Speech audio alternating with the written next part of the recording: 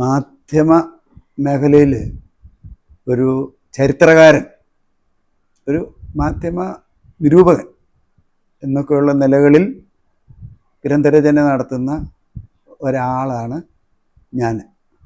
എൻ്റെ പേര് MV. Thomas എന്നാണ്.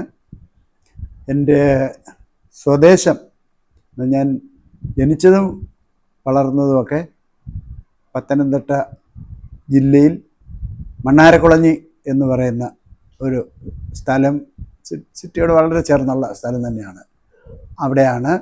എൻ്റെ പിതാവ് പത്തനംതിട്ട ജില്ലയിൽ തന്നെയുള്ള അയിരൂർ സ്വദേശിയാണ്. അമ്മ മണ്ണാരക്കുളഞ്ഞി കരുതൻ. രണ്ടുപേരും അധ്യാപകരായിരുന്നു, പ്രൈമറി സ്കൂൾ അധ്യാപകരായിരുന്നു.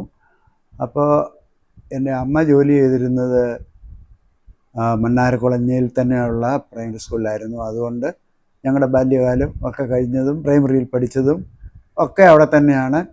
പഠിപ്പിച്ചതിൽ അമ്മയും ഉൾപ്പെടുന്നുണ്ട്. പക്ഷേ അച്ഛൻ അധ്യാപകനായിരുന്ന ആ കാലത്ത് ഗവൺമെൻറ്റിൽ, ആദ്യം പിന്നെ കുട്ടിക്കൽ എന്നൊക്കെ പറഞ്ഞ വടക്കുള്ള കോട്ടയത്തിനടുത്ത് ഒക്കെ ആയിരുന്നു. പിന്നീട് ഗവൺമെൻറ്റിൽ വന്നിട്ട് ഈ തിരുവനന്തപുരം പരിസരങ്ങളിൽ, നെടുമങ്ങാട് പ്രദേശങ്ങളിലൊക്കെ ആയിട്ട് അധ്യാപകനായിരുന്നു. പക്ഷെ ഞങ്ങളുടെ അമ്മ അവിടെ എല്ലാം മണ്ണാരക്കുളഞ്ഞി എന്ന് പറഞ്ഞ സ്ഥലത്ത് താമസിച്ച് അവിടുത്തെ സ്കൂളുകളിൽ പഠിച്ച് ഒക്കെ വന്നാണ്. അവിടെ നിന്ന് അച്ഛനും അമ്മയ്ക്കും ഗവൺമെൻറ്റിലേക്ക് കിട്ടിയപ്പോഴേ ഈ പത്തനാപുരം അടുത്ത് എലിക്കാട്ടൂർ എന്ന് പറയുന്നൊരു സ്ഥലമുണ്ട്. അവിടെയാണ് ഈ UP സ്കൂൾ വിദ്യാഭ്യാസകാലം ഒക്കെ കഴിച്ചത്. അവിടെ പിറവന്തൂർ എന്ന് പറയുന്നൊരു അടുത്ത ഒരു സ്കൂളിലാണ് അവിടെ ഇതൊക്കെ ഞാൻ പഠിച്ചത്. അപ്പോൾ അതിനിടയ്ക്ക് ഞാൻ പറയുകയാണ്, ഈ എലിക്കാട്ടൂർ എന്ന് പറയുന്നത് നമ്മൾ അന്ന് നല്ല പുരോഗമിച്ച സ്ഥലമാണ്. അന്നെന്ന് പറഞ്ഞാൽ തനി ഫോറസ്റ്റിൻ്റെ ഒരു ചേർന്ന് കിടക്കുന്ന ഒരു സ്ഥലവും നല്ല ഒരു നാടൻ പ്രദേശവും അങ്ങനെയുള്ള. അപ്പോൾ എൽ സ്കൂളിൽ ഞാൻ പറയാൻ പറഞ്ഞത് എൻ്റെ ജീവിതത്തിൽ വളരെ ഏറ്റവും അധികം സ്വാധീനിച്ചിട്ടുള്ള ഒരു ഇക്കോ സിസ്റ്റം എന്ന് പറയുന്നത് ഈ എലിക്കാട്ടൂരിൻ്റെയാണ്. സ്കൂളിൽ ഞങ്ങൾ പഠിക്കാൻ പോകുമ്പോഴേ പിന്നെ ഫോറസ്റ്റിൻ്റെ ഒരു 3 മൈലോളം ഫോറസ്റ്റിനകത്തൂടെ തന്നെ പോകണം. ഇന്നേരത്ത് നമ്മൾ ചെന്ന് കയറുമ്പോൾ ഒരു 10-30 കുരങ്ങന്മാർ വന്ന് ഹാജരായിട്ട് അവിടെ ഇരിക്കുകയാണ് ഞങ്ങൾ ചെല്ലാൻ വേണ്ടി.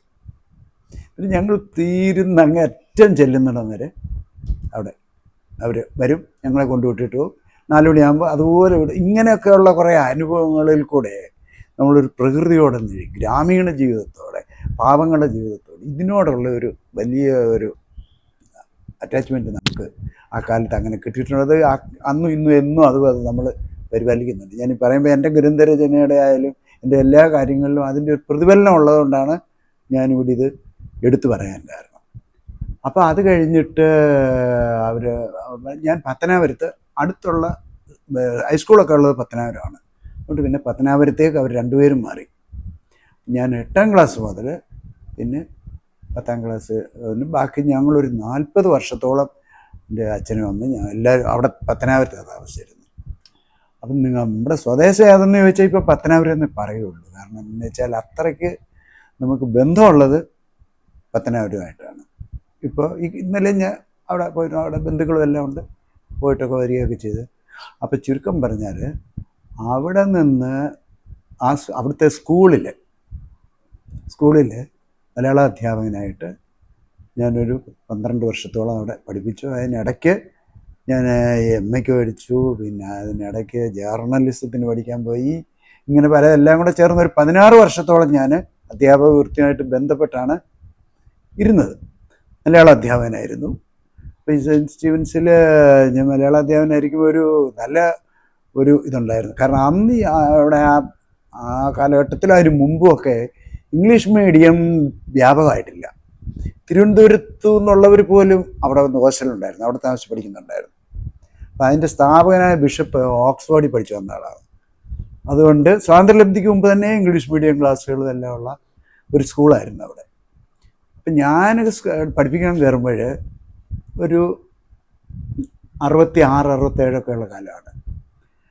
അപ്പോൾ അവിടെ ഈ മലയാള അധ്യാപകന്മാർക്ക് ക്ലാസ് ടീച്ചർ പദവി കൊടുക്കില്ല. പിന്നെ അവരെ ഒരു എന്താണ് മലയാളം അധ്യാപകൻ, ഹിന്ദി അധ്യാപകൻ, ഭാഷാ അധ്യാപകൻ അങ്ങനെയൊക്കെ പറയുള്ളൂ. എല്ലാത്തിലും അവർക്ക് ഒരു ഒരു പിന്നെ 2ാം സ്ഥാനം 3ാം സ്ഥാനമൊക്കെ ഉള്ളൂ. കുട്ടികളുടെ ഇടയിലും അങ്ങനെയാണ് ഇതൊക്കെ ചെയ്യാണ്. അപ്പം അങ്ങനെ ഇരിക്കുമ്പോൾ മലയാളത്തിനുള്ളവരെല്ലാം വിദ്വാൻ, വിശാരദൻ, ശാസ്ത്രി എന്നൊക്കെ പറഞ്ഞ് ഉള്ള ആളുകളാണ്. മിക്കവരും മലയാളം പഠിച്ചവരല്ല സംസ്കൃതം പഠിച്ചിട്ടുള്ളത് കേട്ടോ.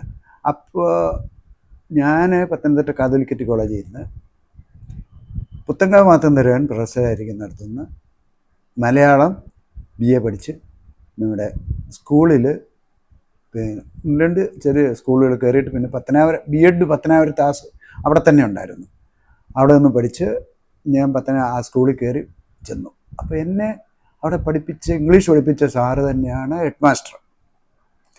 അപ്പോൾ അദ്ദേഹം ഒരു കാര്യം ചെയ്തു. എന്തെന്നറിയാമോ? എന്നെ ക്ലാസ് ടീച്ചറായിട്ട് വെച്ചു. എവിടെ? English medium class. ഇംഗ്ലീഷ് മീഡിയത്തിൽ പിന്നെ 9, 10, 8 എന്നീ ഓരോ വർഷം ഏതെങ്കിലും ഓരോ ക്ലാസ് ഇങ്ങനെ മാറി മാറി വരും. അങ്ങനെയുള്ള ഞാൻ അവിടെ ഉണ്ടായിരുന്ന മുഴുവൻ കാലവും ഇംഗ്ലീഷ് മീഡിയം പിള്ളേരെ മലയാളം പഠിപ്പിക്കുന്നത്. അപ്പോൾ എനിക്ക് മലയാളം കുട്ടികളെ ഉണ്ടല്ലോ, അവർ ഇംഗ്ലീഷ് മീഡിയത്തിൽ ഞാൻ ഒരിക്കലും അതിനൊരു കുറ്റവും പറഞ്ഞിട്ടില്ല. പക്ഷേ മലയാളം അറിഞ്ഞിരിക്കണം. 1ാം ഭാഷ, മാതൃഭാഷ കഴിഞ്ഞേ ഉള്ളൊരു 2ാം ഭാഷ. ഇത് ഞാൻ പറയുമ്പോൾ നിങ്ങൾക്ക് വിഷമം കാണും. പക്ഷേ ഇംഗ്ലീഷ് കൂടെ പഠിപ്പിക്കാൻ തീരുമാനിച്ച് മൊക്കാളെ പ്രഭു എഴുതി വച്ചിരിക്കുന്നതാണ് ഞാനീ പറയുന്നത് കേട്ടോ. അപ്പം മലയാളത്തിനാണ് 1ാം സ്ഥാനം എന്നുള്ള രീതിയിൽ ഞാൻ പഠിപ്പിച്ച അത്രയും കാലത്തെ കുട്ടികളും ഉണ്ടല്ലോ, മലയാളത്തിനോട് ഒരു വലിയ അഭിനിവേശം ഇപ്പോഴും ഉണ്ട് കേട്ടോ. അവരൊക്കെ ഇപ്പോഴും ഞാനുമായിട്ട് നല്ല ബന്ധം പുലർത്തുന്നുണ്ട്. അങ്ങനെയൊക്കെ ഇരിക്കുമ്പോൾ എനിക്ക് എന്തെങ്കിലുമൊക്കെ ചെറുതൊക്കെ എഴുതാൻ, ചെറിയ ലേഖനങ്ങൾ, കവിതകൾ, മറ്റേ എല്ലാം എഴുതി ഞാൻ ഓരോ പത്രത്തിന് അയക്കും. ഈ പത്രത്തിന് അയച്ചാൽ അന്നൊക്കെ ഈ ഇത്തിരിയൂടെ പത്രപ്രവർത്തനത്തിന് എന്താണ് പറയുന്നത്, കുറേ കൂടെ ചില മൂല്യങ്ങളും ഒരു ഡീസൻസി വേറൊരു സ്റ്റൈലാണ്. നമ്മൾ അയച്ചു കഴിഞ്ഞാൽ ഒരു 3, 4, 5 ദിവസത്തിനകത്ത് കറക്റ്റായിട്ട് നമുക്ക് തിരിച്ചു വന്നിരിക്കും. ഏത് അവരെ കവറിലിട്ട് കൈപ്പറ്റാതെ തിരിച്ചു വരുമല്ല. അവരത് ചിലപ്പോൾ അവർ നോക്കിയിട്ടുള്ള ഇതൊക്കെ കാണാം. എന്നിട്ട് അവർ അതിൻ്റെ മാർജിനിൽ റിജക്റ്റഡ് എന്നോ അങ്ങനെയൊന്നും അല്ല എഴുതുന്നത്, തുടർന്ന് വായിക്കണം, മറ്റേ നമുക്ക് ഇത് ചെയ്യണം, നമുക്കിത് പ്രസിദ്ധീകരിക്കാം, നമുക്ക് കുറേ കൂടെ നിങ്ങൾ ഇതിനെക്കുറിച്ച് പഠിക്കണം, എഴുതണം എന്നൊക്കെ പറഞ്ഞ് അവർ കുറച്ച് ചെറിയ കമൻസൊക്കെ എഴുതി ഇട്ട് നമുക്ക് ഇങ്ങോട്ട് അയച്ചു തരും കേട്ടോ. പക്ഷേ ഞാൻ പത്തനാപുരത്തു നിന്ന് പോരുന്നിടം വരെ അധ്യാപകനായിട്ടും ഇങ്ങനെയൊക്കെ ചെയ്തിട്ടും ചില ബാലപംക്തിയിലൊക്കെ ചില കവിതകളും ഇതൊക്കെ വന്നിട്ടുള്ള അല്ലാതെ ഒരു മാറ്ററും ഒരിടത്തും വന്നിട്ടില്ല കേട്ടോ. അപ്പം ഞാൻ പല ആളുകളും അപ്പം വേറൊരു കാര്യം ഞാൻ എടുത്തു പറയാം. ഞങ്ങളുടെ ക്രിസ്ത്യൻ കമ്മ്യൂണിറ്റി എന്ന് പറയുന്നത് പ്രത്യേകിച്ച് ഈ എഡ്യൂക്കേഷനിലൊക്കെ വളരെ മുന്നിലാണ്, ധനസമ്പാദനത്തിൽ മുന്നിലാണ്.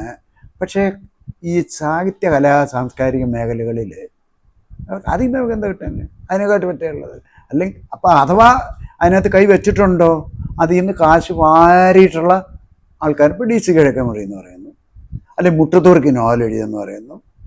അപ്പം അങ്ങനെയുള്ള ആൾക്കാർ അവരെ ഭയങ്കര എല്ലാവർക്കും മതിപ്പാണ്. കാരണം എന്താണ്, അവർക്ക് തൂത്തുവാരി കാശുണ്ടാക്കുകയാണ്. പത്രം എന്ന് പറഞ്ഞാൽ പത്രത്തിനകത്ത് എഴുതുന്നതിലല്ല കൊടുക്കുന്നത്. ഏറ്റവും വലിയ പത്രം എന്ന് പറയുന്നു ക്രിസ്ത്യൻ കമ്മ്യൂണിറ്റിയുടെയാണ്. ഏറ്റവും ഇപ്പോൾ പഴക്കമുള്ള പത്രം എന്ന് പറഞ്ഞു അതും ക്രിസ്ത്യൻ കമ്മ്യൂണിറ്റിയാണ്. പ്രിൻറ്റിങ് പ്രസ്സുകൾ എടുത്താലും എല്ലാം വളരെ ഇതാണ്. പക്ഷേ എത്ര എഴുത്തുകാരുണ്ട്, അല്ലെങ്കിൽ എഴുത്തിനെക്കുറിച്ചുള്ള കാര്യങ്ങൾ പഠിക്കുന്നവർ എത്തിന് മേലെ. മീഡിയ വന്നപ്പോഴും അതിൻ്റെ മാനേജ്മെൻറ്റ് സൈഡ് അതിൻ്റെ പൈസ ഉണ്ടാക്കലല്ലാതെ പ്രവർത്തന രംഗത്ത് കുറച്ച് പേരും മനോരമയിലും ദിവ്യയിലും ഒക്കെ ആയിട്ട് കുറച്ച് പേരൊക്കെ ഉണ്ടായിരുന്നതല്ലാതെ അങ്ങനെ അതിലേക്ക് അങ്ങ് ആണ്ടിറങ്ങിയ ആളുകളൊന്നും വലുതായിട്ടില്ലായിരുന്നു. അപ്പം അങ്ങനെ ഇരിക്കുമ്പോൾ ഞാൻ പല ആളുകളോടെയും ഇതിനെക്കുറിച്ചൊക്കെ ആയിരുന്നു ചോദിച്ചപ്പോൾ നമ്മുടെ ഈ ബന്ധുക്കളാണ്, അല്ലാതെ വേറെ ആരെയും ഞാൻ കുറ്റം പറയില്ല. അവരൊക്കെ പറയുന്നൊരു കാര്യം, ആ വഴിക്കോട്ടേ തിരിയരുത്, അതിൽ നിന്ന് നമുക്കൊരു ചുക്കും കിട്ടാൻ പോകുന്നില്ല കേട്ടോ എന്ന് പറഞ്ഞ് പത്രപ്രവർത്തനമായാലും എഴുത്തായാലും അതൊന്നും നമുക്ക് വേണ്ട കേട്ടോ എന്നുള്ളതാണ് പറയുന്നത്. അപ്പോൾ ഇതെല്ലാം പറയുന്നെങ്കിലും എനിക്ക് ഇത്തിരി എഴുതണമെന്നൊക്കെ ഒരു താല്പര്യം അന്നേ ഉണ്ടായിരുന്നു. അപ്പോൾ അങ്ങനെ വന്നപ്പോൾ ഞാനുണ്ടല്ലോ, ജേർണലിസം പഠിക്കാനെന്ന് പറഞ്ഞാൽ ഞാൻ ഈ അന്വേഷിക്കുന്ന സമയത്ത് കേരളത്തിൽ ഒരിടത്തും ജേർണലിസം ഒരു യൂണിവേഴ്സിറ്റിയിലും പഠിപ്പിക്കുന്നില്ല. പിന്നെ ചില പ്രസ് ക്ലബ്ബിലും അവിടെ ഇവിടെ ഒക്കെ ഉണ്ടെന്നൊക്കെ പറയുന്നു. അത് നമുക്ക് എങ്ങനെ പഠിക്കാൻ പറ്റുന്നുള്ളൂ. അങ്ങനെ ഇരിക്കുമ്പോൾ ഉണ്ടല്ലോ, ഞാൻ നമ്മുടെ മൈസൂർ യൂണിവേഴ്സിറ്റിയിൽ കറസ്പോണ്ടൻസ് കോഴ്സ് എന്നും പറഞ്ഞുകൊണ്ട് ഒരു കത്ത് വന്നു കേട്ടോ. അപ്പം ഞാൻ അതിന് എഴുതി ചോദിച്ചപ്പോഴൊക്കെ ഉണ്ടല്ലോ, ഭയങ്കര പൈസ അടയ്ക്കണം. അതില്ലാത്ത നമുക്ക് അത്രയും പൈസ ഒന്നും അടച്ചാൽ നമുക്കത് ചെയ്യാൻ പറ്റത്തില്ല. മാത്രമല്ല, ഇത് കറസ്പോണ്ടൻസ് ചോദിച്ചിട്ട് നമുക്ക് ഇതിൽ കൂടെ എങ്ങനെയാണ് പഠിക്കുന്നത് എന്നൊരു വിചാരം എനിക്കുണ്ടായിരുന്നതിന്. അപ്പം ഇതിനകത്ത് കയറി പറ്റെങ്കിൽ അല്ലാതെ എൻ്റെ എഴുത്ത് പരിപാടി മുന്നോട്ട് കൊണ്ടുപോകാൻ പറ്റില്ല എന്ന് എനിക്കൊരു എന്തോ ഒരു ഉൾവിളി തോന്നി കേട്ടോ. ആ ഉൾവിളി തോന്നി. ഇങ്ങനെ ഞാൻ പല യൂണിവേഴ്സിറ്റി കറസ്പോണ്ടൻസ് വെച്ചു.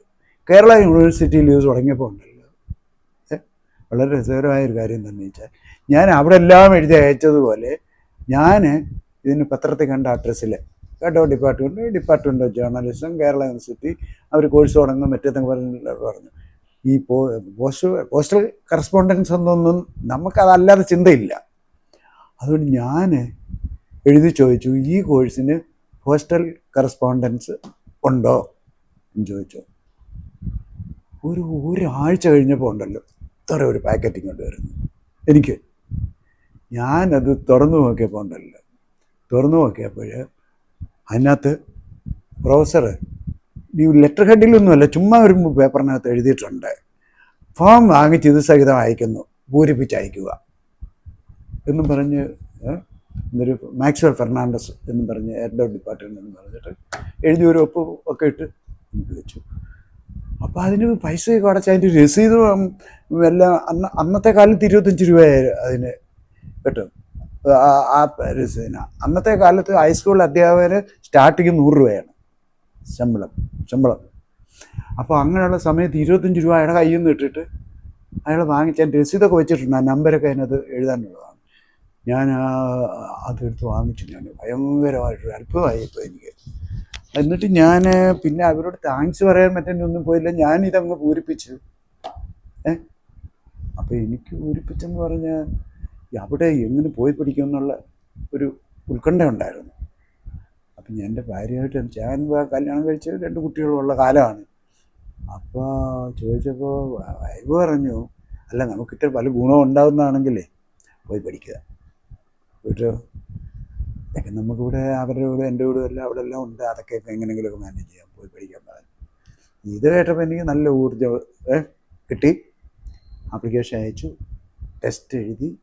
ദൈവത്തിൻ്റെ മഹാകൃപ കൊണ്ടുണ്ടല്ലോ എനിക്കതിനകത്ത് മെറിറ്റിൽ കിട്ടി. അതൊരു മഹാത്ഭുതം തന്നെയായിരുന്നു. കാരണം എന്താണെന്ന് വെച്ചാൽ ചോദ്യം എന്തൊക്കെയായിരുന്നു എന്നറിയാമോ? ചോദ്യമല്ല, 3 സെക്ഷനുകളുടെ ഉള്ളതാണ്. ഒന്ന് പിന്നെ എഫിഷ്യൻസി ഇൻ ഇംഗ്ലീഷ് പരിശോധിക്കുക അതിനുള്ളതാണ്. രണ്ടാമത്തേതുണ്ടല്ലോ നമ്മുടെ ഈ സബ്ജക്റ്റിൽ ജേർണലിസത്തിൽ ഉള്ള പ്രൊഫിഷ്യൻസി, ഇതിനകത്ത് നമുക്കുള്ള ഒരു ഇതെങ്ങനെയാണെന്ന് പരിശോധിക്കുക. പിന്നെ ഈ 2 കാര്യങ്ങൾ ആണ് അതിനകത്ത് ചോദിക്കുന്നത്. ഒന്ന് ഇംഗ്ലീഷിലുള്ള പ്രാഗൽഭ്യം, പിന്നെ മറ്റേതിലുള്ള നമുക്കൊരു പരിചയവും അതിനെക്കുറിച്ചുള്ള ധാരണയൊക്കെ എന്തൊക്കെയാണ് എന്നൊക്കെ പറഞ്ഞിട്ട് 2 പേപ്പറായിട്ട് ടെസ്റ്റ് എഴുതണം. അപ്പോൾ ഈ 2 കാര്യത്തിലും എനിക്ക് പ്രത്യേകിച്ച് ഒരു എടുത്തു പറയാൻ ഒന്നുമില്ല. കാരണം ഞാൻ ഈ മലയാളം പഠിച്ചു, BA പഠിച്ചു, MA പഠിച്ചു, മറ്റ് മലയാളം പഠിപ്പിച്ച് പോകുന്നു. BAക്ക് ഇത്തിരി ഇംഗ്ലീഷ് പഠിച്ചിട്ടുണ്ടെന്നുള്ളതല്ലാതെ പ്രത്യേകിച്ചൊന്നുമില്ല. അതുപോലെ തന്നെ പത്രം വായിക്കുന്നതല്ലാതെ നമുക്ക് അതിനെക്കുറിച്ച് യാതൊരു ആഗ്രഹമില്ല കേട്ടോ. പക്ഷേ ഇനി ഞാൻ നീട്ടുന്നില്ല. പക്ഷേ ദൈവകൃപ എന്ന് മാത്രമേ ഉള്ളൂ. അതിനകത്ത് എനിക്ക് ഇപ്പോഴും അതെങ്ങനെയാണ് സംഭവിച്ചതെന്നറിയാൻ വയ്യ. അതേസമയം നമ്മുടെ പത്രക്കാരില്ലയോ, പത്രക്കാരുടെ മേഖലയിൽ നിന്ന് ആ ടെസ്റ്റ് എഴുതിയ ഒരാൾ പോലും മീഡിയ മേഖലയിൽ നിന്ന് പാസ്സായിട്ടില്ലായിരുന്നു, ഇതിൻ്റെ ഈ റാങ്ക് ലിസ്റ്റിൽ വന്നിട്ടില്ലായിരുന്നു കേട്ടോ. ആളുകളുടെ പേരൊന്നും ഇപ്പോൾ പറയില്ല, കാരണം അവരിൽ ഇപ്പോൾ വലിയ പ്രൊഫസർമാരാണ്. പിന്നെ അവസാനം വന്നപ്പോണ്ടല്ലോ വലിയ പ്രക്ഷോഭണം, ജേർണലിസ്റ്റിൻ്റെ കോഴ്സ് അടങ്ങുന്ന ജേർണലിസ്റ്റുകൾക്ക് പഠിക്കാൻ അവസരം കൊടുക്കാതെ എന്ന് പറഞ്ഞിട്ട് മാത്രം ഭയങ്കര ബഹളമായി കേട്ടോ. ആ ബഹളം വന്ന്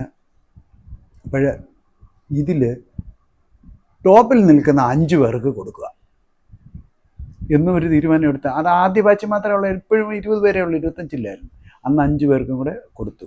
വാസ്തവത്തിൽ 5 പേര് കൊടുത്തിട്ട് 4 പേരെ വന്നുള്ളൂ. ആ ഒരാളെ ഗ്യാപ്പ് വന്നതുണ്ടല്ലോ, അവിടേക്ക് മെറിറ്റിൽ നിന്ന് 5 വന്നിരുന്നെങ്കിൽ എനിക്കും ആ മെറിറ്റിലെ വെച്ച് കിട്ടില്ലായിരുന്നു, ഔട്ടായിപ്പോയി. പക്ഷെ എന്തോ ഒരു ദൈവകൃപ കൊണ്ട് ഒരു ആളതിനകത്ത് വന്നില്ല. നീ 4 പേര് കഴിഞ്ഞിട്ട് 5ാമനായിട്ട് റാങ്ക് ലിസ്റ്റിൽ നിന്ന് ഇങ്ങോട്ട് എടുക്കാമെന്ന് ഞാൻ നേരുന്നത്. അങ്ങനെ ആണ് ഞാൻ ഈ ഇതിൽ വന്ന് ചാടിയത്. അപ്പോൾ അവിടെ ചേർന്ന് എല്ലാം വന്നപ്പോൾ ഒരു വലിയ പ്രശ്നം, അവിടെ മൈസൂർ യൂണിവേഴ്സിറ്റിയിൽ നിന്ന് അന്നേരം ഡിഗ്രി എടുത്ത് നേരെ ഇങ്ങോട്ട് യൂണിവേഴ്സിറ്റിയിൽ വന്ന് ഇത് സ്ഥാപിച്ച് ഉള്ള മാക്സ്വെൽ ഫെർണാണ്ടസ് എന്ന് പറയുന്ന അത് വളരെ പ്രഗത്ഭനായ ഒരു പിൽക്കാലത്ത് ഒരു ജേർണലിസ്റ്റായിട്ടും, അതായത് ഇവിടെ അധികം തുടർന്നില്ല. വേറെ ആളുകളെ വന്നപ്പോൾ ഇദ്ദേഹം ഇത് ഞാൻ പത്രത്തിലേക്ക് പോകാമെന്ന് പറഞ്ഞ് പോയി കുറച്ചിരുന്നു. പക്ഷേ അകാല നിരീക്ഷണം പ്രാപിച്ചു പോയി. അപ്പോൾ അങ്ങനെ അദ്ദേഹം മാത്രമേ ഉള്ളായിരുന്നു. അദ്ദേഹം ഇതെല്ലാം ഗംഭീരമായിട്ട് ഓർഗനൈസ് ചെയ്യും, പക്ഷേ ക്ലാസ് എടുക്കില്ല. സംസാരിക്കണമെങ്കിൽ നമുക്ക് റൂമിൽ ചെന്നാൽ മതി, ഏത് കാര്യത്തെക്കുറിച്ചും വളരെ എക്സലൻ്റായിട്ട് സംസാരിക്കും.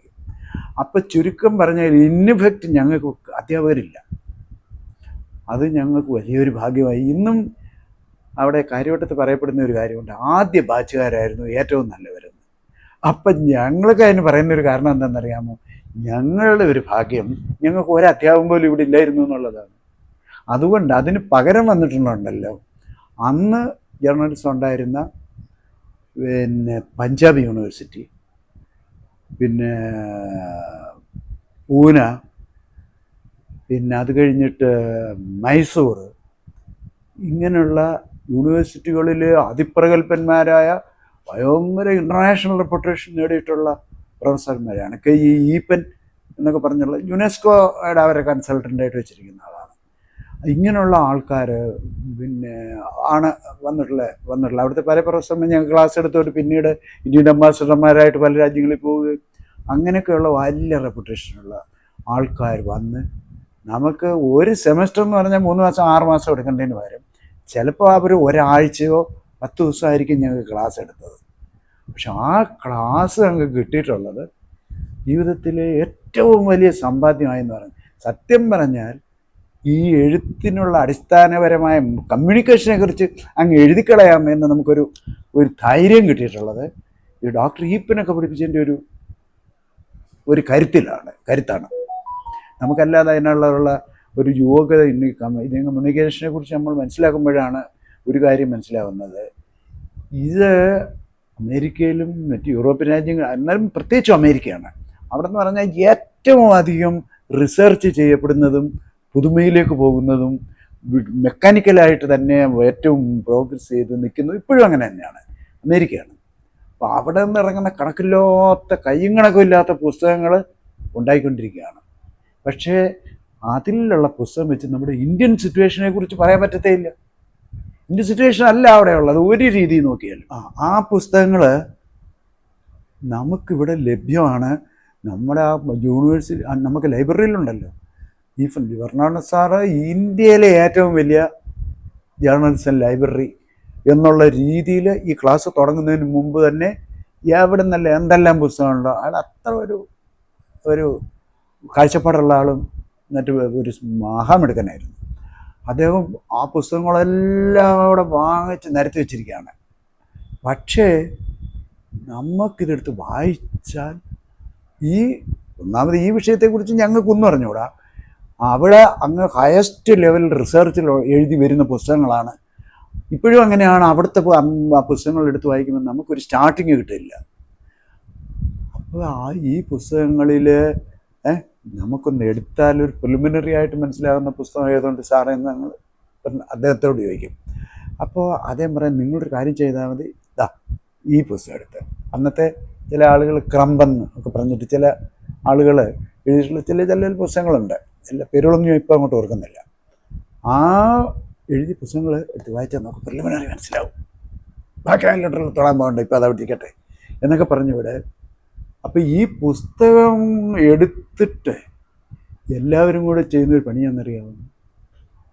അത് മറ്റ് വന്ന സ്റ്റുഡൻസ് എല്ലാം കോളേജിൽ നിന്ന് ജസ്റ്റ് കമ്മിങ് ആയിട്ടുള്ളതാണ്. ഇനി പത്ര ഓഫീസിൽ നിന്ന് വന്ന 3-4 പേരുണ്ട്. അവർ എന്ന് പറയുന്ന അവർക്ക് ഈ ഇത് നോക്കി വായിച്ച് പഠിച്ച് എന്നൊക്കെ പറയുന്നൊരു കാര്യത്തിൽ ഒരു താല്പര്യമില്ല. ചുരുക്കി പറഞ്ഞാൽ നറുക്ക് വീണത് എനിക്കാണ് കേട്ടോ. അപ്പം എനിക്കവരോട് എനിക്കിത് വായിച്ചാൽ മനസ്സിലാവില്ല, ഞാൻ ഒരു മലയാള അധ്യാപകനാണ്, ഞാൻ മലയാളമേ പഠിച്ചിട്ടുള്ളൂ എന്നൊന്നും എനിക്കവിടെ പറഞ്ഞു വയ്ക്കാൻ പറ്റില്ല കേട്ടോ. അവർ ഓരോ സബ്ജക്റ്റിന് ഓരോ പുസ്തകം ഇങ്ങോട്ട് എടുത്തുകൊണ്ട് തരിക, 2 ദിവസം കഴിയുമ്പോഴത്തേക്ക് വായിച്ചിട്ട് അതിൻ്റെ നോട്ട് തയ്യാറാക്കി ഇവർക്ക് പറഞ്ഞു കൊടുക്കണം കേട്ടോ. അപ്പോൾ ഈ നമുക്ക് അടുത്തൊരു ക്ലാസ് ഈ മഹാന്മാർ വന്നെടുക്കുന്നത് എന്നാണെന്നറിയാൻ പറ്റത്തില്ല. അപ്പോൾ അവർ വരുമ്പോഴത്തേക്ക് നമുക്കൊരു ബാക്ക്ഗ്രൗണ്ട് വേണമല്ലോ. നമ്മൾ ഈ ഇങ്ങനെ പുസ്തകം വായിക്കുക, അത് നമ്മുടെ ഈ സഹപാഠികൾക്ക് ഞാൻ മനസ്സിലാക്കിയതുപോലെ പറഞ്ഞു കൊടുക്കുക എന്നൊക്കെ പറഞ്ഞിട്ട് അപ്പം ചുരുക്കം പറഞ്ഞാൽ ഞാൻ ഇവിടെ വന്നൊരു ചെറിയ മാഷിൻ്റെ ഒരു റോള് കളിച്ചു കേട്ടോ. അപ്പോൾ എന്നെ നമ്മുടെ മാക്സ്വെല്ല് മുതൽ അവിടുത്തെ അറ്റൻഡർ വരെ എല്ലാവരും മാഷെന്നായിരുന്നു വിളിക്കുന്നത്. എൻ്റെ പേരെന്താണെന്ന് വെച്ചാൽ ഇപ്പോഴും അവിടെ മിക്കവർക്കും അറിയില്ല, മാഷെന്ന് മാത്രമല്ല. അപ്പം ഞാൻ പറഞ്ഞ എനിക്ക് ഈ എഴുതുന്നതിൻ്റെയും ഇതിനുള്ള ഒരു തുടക്കം എനിക്ക് കിട്ടിയ ഒരു സാഹചര്യമാണ് ഞാൻ പറയുന്നത് കേട്ടോ. ഇത്രയും വലിയ മഹാന്മാരായിട്ടുള്ള ആളുകളുടെ ആ സ്പീച്ചുകൾ, അവരുടെ ആ എക്സ്പീരിയൻസ് കേട്ടോ. അതിൽ നമ്മുടെ പഞ്ചാബ് യൂണിവേഴ്സിറ്റിയിൽ നിന്ന് വന്ന ഈ മൈസൂർ യൂണിവേഴ്സിറ്റിയിൽ അവിടുത്തെ എല്ലാം വലിയ നമ്മുടെ കേരളത്തിലെ അല്ല ഇന്ത്യയിലെ ജേർണലിസത്തിലെ തുടക്കക്കാരായിട്ടുള്ള വലിയ ഭാവനാരായിട്ടുള്ള പ്രൊഫസർമാരായിട്ടുള്ളതാണ്. അപ്പോൾ അവരിൽ നിന്ന് നമുക്കിങ്ങനെ ക്ലാസ്സെല്ലാം കിട്ടി, പരീക്ഷയെല്ലാം എഴുതി വന്നു.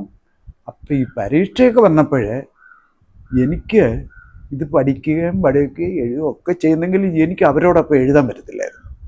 ഇല്ല, എനിക്ക് ഇംഗ്ലീഷ് ഭാഷയുടെ ഒരു പരിമിതി കൊണ്ട് ഇത് അതിനെ ഉണ്ടായിരുന്നു. അതുകൊണ്ട് താരതമ്യേന എനിക്ക് അപ്പം നമ്മുടെ ഇത് നീ അറ്റൻഡ് ചെയ്തിട്ട് പരീക്ഷ എഴുതി മാർക്ക് വാങ്ങിച്ചു വന്ന് ചില ആളുകൾ എന്നോട് പറയും കേട്ടോ, മാഷിനേക്കാൾ ഇത്ര മാർക്ക് എനിക്ക് കൂടുതലുണ്ട്, ഇത്ര കൂടുതലുണ്ട് എന്ന് പറയും. അപ്പോൾ നമ്മൾ അങ്ങനെയൊക്കെ ഒരു രസമൊക്കെ ഉണ്ടായിരുന്നു. പിന്നെന്ന് പറയുന്ന അന്നത്തെ ഒരു കാലഘട്ടത്തിൽ അതിൽ ഏറ്റവും എടുത്ത് പറയാവുന്ന ആളുകളെന്ന് പറയുന്നത് നമ്മുടെ ഇപ്പം സീനിയർ പ്രൊഫസർമാരായിട്ടുള്ള ശശിഭൂഷൺ, BS ശശിഭൂഷൺ നായർ എന്ന് പറഞ്ഞ് കാലിക്കറ്റ് യൂണിവേഴ്സിറ്റിയിൽ പ്രൊഫസറായിട്ട്, കേരള യൂണിവേഴ്സിറ്റിയിൽ ഡോക്ടർ KE ഈപ്പൻ അവിടെ നിന്ന് ഇവിടെ വന്നു പ്രൊഫസറായിട്ട്. പക്ഷേ അപ്പോഴത്തെ ഞങ്ങൾ ഞങ്ങൾ അവിടെ നിന്ന് ഇറങ്ങിക്കഴിഞ്ഞു. പക്ഷേ ഇവിടെ പഠിച്ചിറങ്ങിയ അതിൻ്റെ തുടക്കക്കാരിൽ ഈപ്പൻ ഒഴികെ ബാക്കി നമ്മുടെ കൂടെ പഠിച്ച ആൾക്കാരാണ് അവിടെ കയറിയത്. അപ്പം അങ്ങനെ ഇവിടെ പഠിപ്പിച്ച് വന്നതിൽ ഈ ശശിഭൂഷൺ നായർ, എം വിജയകുമാർ പിന്നെ അവിടെ പിന്നീട് ഹെഡ് ഓഫ് ഡിപ്പാർട്ട്മെൻറ്റായി. പിന്നെ സുഭാഷ് കാലിക്കറ്റ് യൂണിവേഴ്സിറ്റിയിലാണ് തുടങ്ങിയത്. പിന്നെ അവിടെ നിന്ന് ഇവിടെ വന്ന് ദീർഘകാലം ഇതിൻ്റെ ഹെഡ് ഓഫ് ഡിപ്പാർട്ട്മെൻറ്റായിട്ടിരുന്നു. ഞാൻ പിന്നെ എൻ്റെ ഒരു ഓർമ്മ ശരിയാണെങ്കിൽ ക്ലാസ്സിൽ ഏറ്റവും പ്രായം കൂടിയ ആൾ ഞാനും ഏറ്റവും പ്രായം കുറഞ്ഞ ആൾ സുഭാഷുമായിരുന്നു. പക്ഷേ ഞാൻ പെൻഷനായി കഴിഞ്ഞിട്ട് അത് പിന്നെ പറയാം, ഞാൻ ആദ്യമായിട്ട് Kerala university full time research ചെയ്യാൻ വേണ്ടി വിളനിൽ സാറിൻ്റെ അടുത്ത് 1-2 പേർ പാർട്ട് ടൈമായിട്ട് ഔട്ട്സൈഡ് ആൾക്കാരൊക്കെ അന്ന് ചെയ്തു. പക്ഷേ അവിടെ പഠിച്ചതിൽ അവിടെ ഡിപ്പാർട്ട്മെൻറ്റിൽ ഫുൾ ടൈമായിട്ട് ഡിപ്പാർട്ട്മെൻറ്റ് ആദ്യം ചെയ്തത് ഞാൻ തന്നെയാണ്. പക്ഷേ അന്നേരം എനിക്ക് 65 വയസ്സുണ്ട്. ഞാൻ റിട്ടയർ ചെയ്ത് 10 വർഷം കഴിഞ്ഞാണ് എൻട്രൻസ് ടെസ്റ്റ് എഴുതി ഈ നമ്മുടെ ഇതിനകത്ത് ചേരുന്നത്. അപ്പം എൻ്റെ ഗൈഡായിട്ട് വന്നത് അവിടുത്തെ ഹെഡ് ഓഫ് ഡിപ്പാർട്ട്മെൻ്റ് ആയിരുന്ന സുഭാഷ്. എൻ്റെ ക്ലാസ് ആദ്യ ബാച്ചിൽ ഞങ്ങളുടെ ക്ലാസ്സിലുണ്ടായിരുന്നു ഏറ്റവും പ്രായം കുറഞ്ഞ ആളായിരുന്നു എൻ്റെ ഗൈഡ്, എൻ്റെ ഗുരു എന്ന് പറയാം. അപ്പോൾ എന്തായാലും ജേക്കബ് ജോർജ് നമുക്കിപ്പോൾ മീഡിയ മാതൃഭൂമിയിലോട്ടാണ് ജോലിയിലോട്ട്. ജേക്കബ് ഈപ്പൻ മനോരമയിൽ അന്ന് കയറിയാണ് അവിടുത്തെ വളരെ സീനിയറായിട്ട്. ഇപ്പോൾ ഈ അടുത്ത കാലത്ത് റിട്ടയർ ചെയ്തു. കേരളമതിയിൽ ഇവിടെ യൂണിറ്റ് ഹെഡായിട്ടിരുന്ന മുരളി എന്ന് പറയുന്നത് ഞങ്ങളുടെ ആദ്യ ബാച്ചിൽപ്പെട്ട ആളായിരുന്നു. പിന്നെ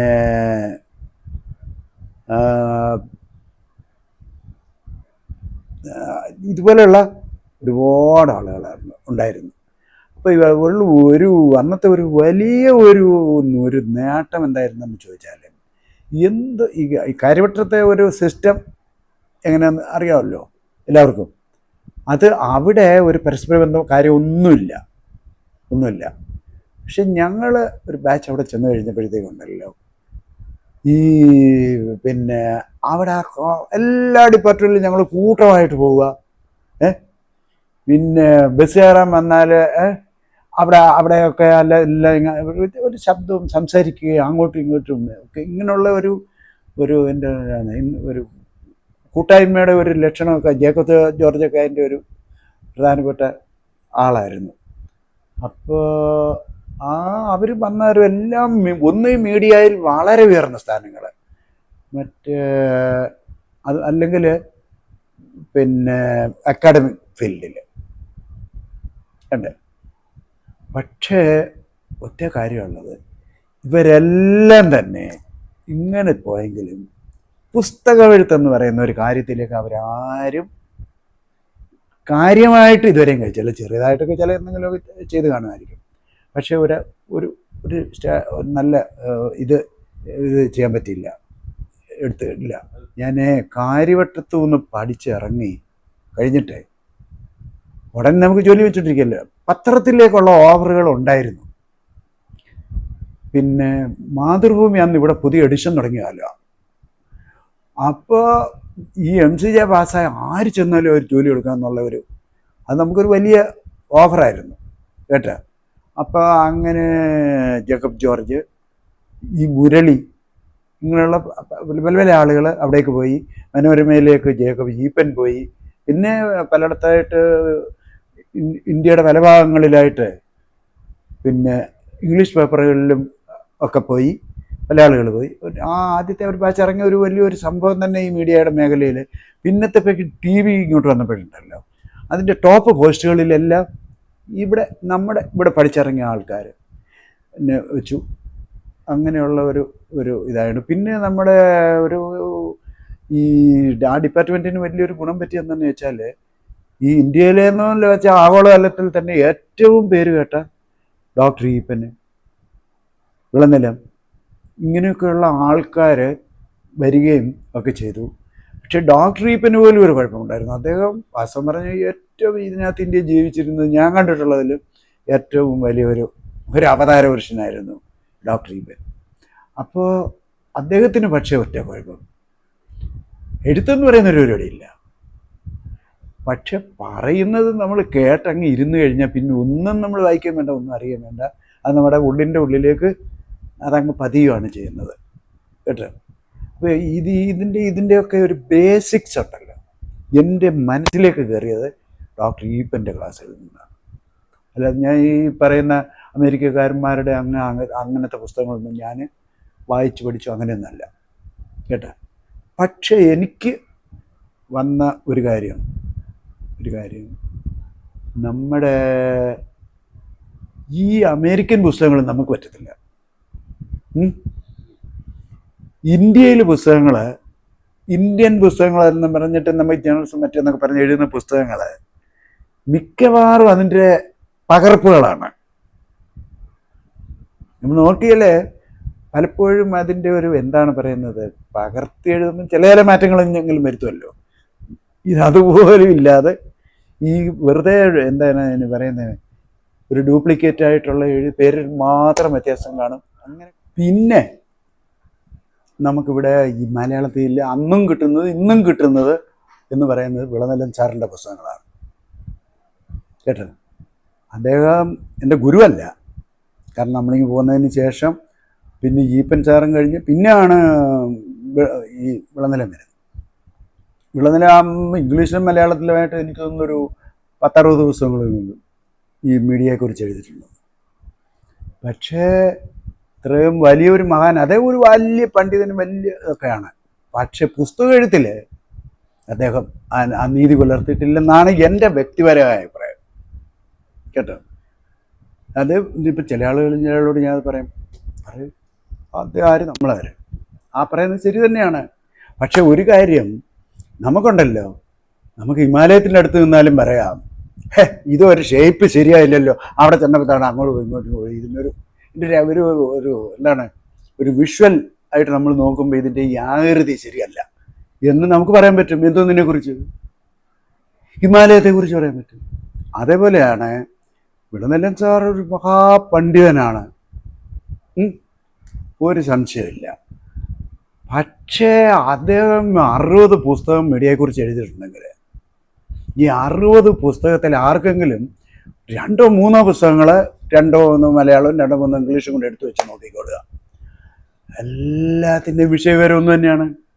ഒന്നെന്ന് ഞാൻ പറയുമ്പോൾ ചില വേർഡിങ്സ് അങ്ങോട്ടും ഇങ്ങോട്ടും മാറ്റം ഉണ്ടായിരിക്കും.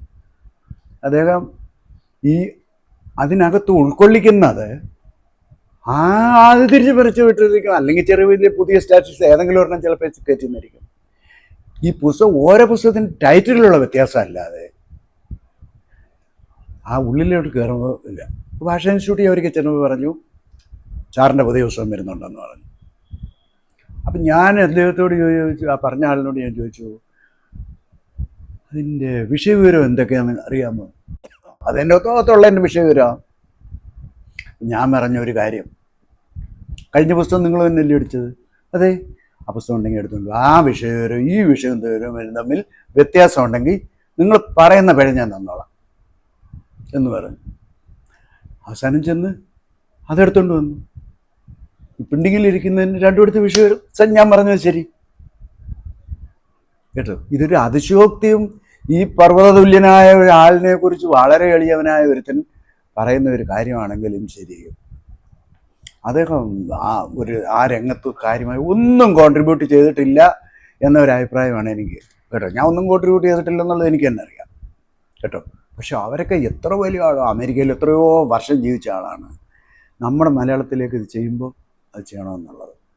അപ്പോൾ ഇനി എൻ്റെ ഒരു ഇതും കൂടെ ചേർത്ത് പറയുകയാണെങ്കിൽ, ഞാൻ അവിടുന്ന് തിരിച്ച് സ്കൂളിൽ ചെന്ന് 1 വർഷം കഴിയുന്നതിനകം PRDയിൽ ഒരു പോസ്റ്റിൻ്റെ ഒഴിവിൽ ഒറ്റ പോസ്റ്റായിട്ട് വന്ന ഇതാണ്. ശരിക്കും പറഞ്ഞാലുണ്ടല്ലോ, അത് ഒരു Malayalam translator cum assistant information officer എന്നുള്ള രീതിയിലുള്ള ഒരു പോസ്റ്റാണ്. എന്ന് വെച്ചാൽ നിർബന്ധമായിട്ടും മലയാളം BA MA യോഗ്യത ഉള്ളവർക്ക് മാത്രമേ അതിൽ അപ്ലൈ ചെയ്യാൻ പറ്റത്തുള്ളൂ. അതങ്ങനെ മിക്കവാറും അന്നൊക്കെ ഒറ്റ പോസ്റ്റ് മാത്രമേ അങ്ങനെ വരാറുള്ളൂ. ഇപ്പം 4-5-6 പോസ്റ്റുകളുണ്ട്. പിന്നെ ഒന്നിച്ചൊക്കെ വിളിക്കുകയൊക്കെ ചെയ്യും.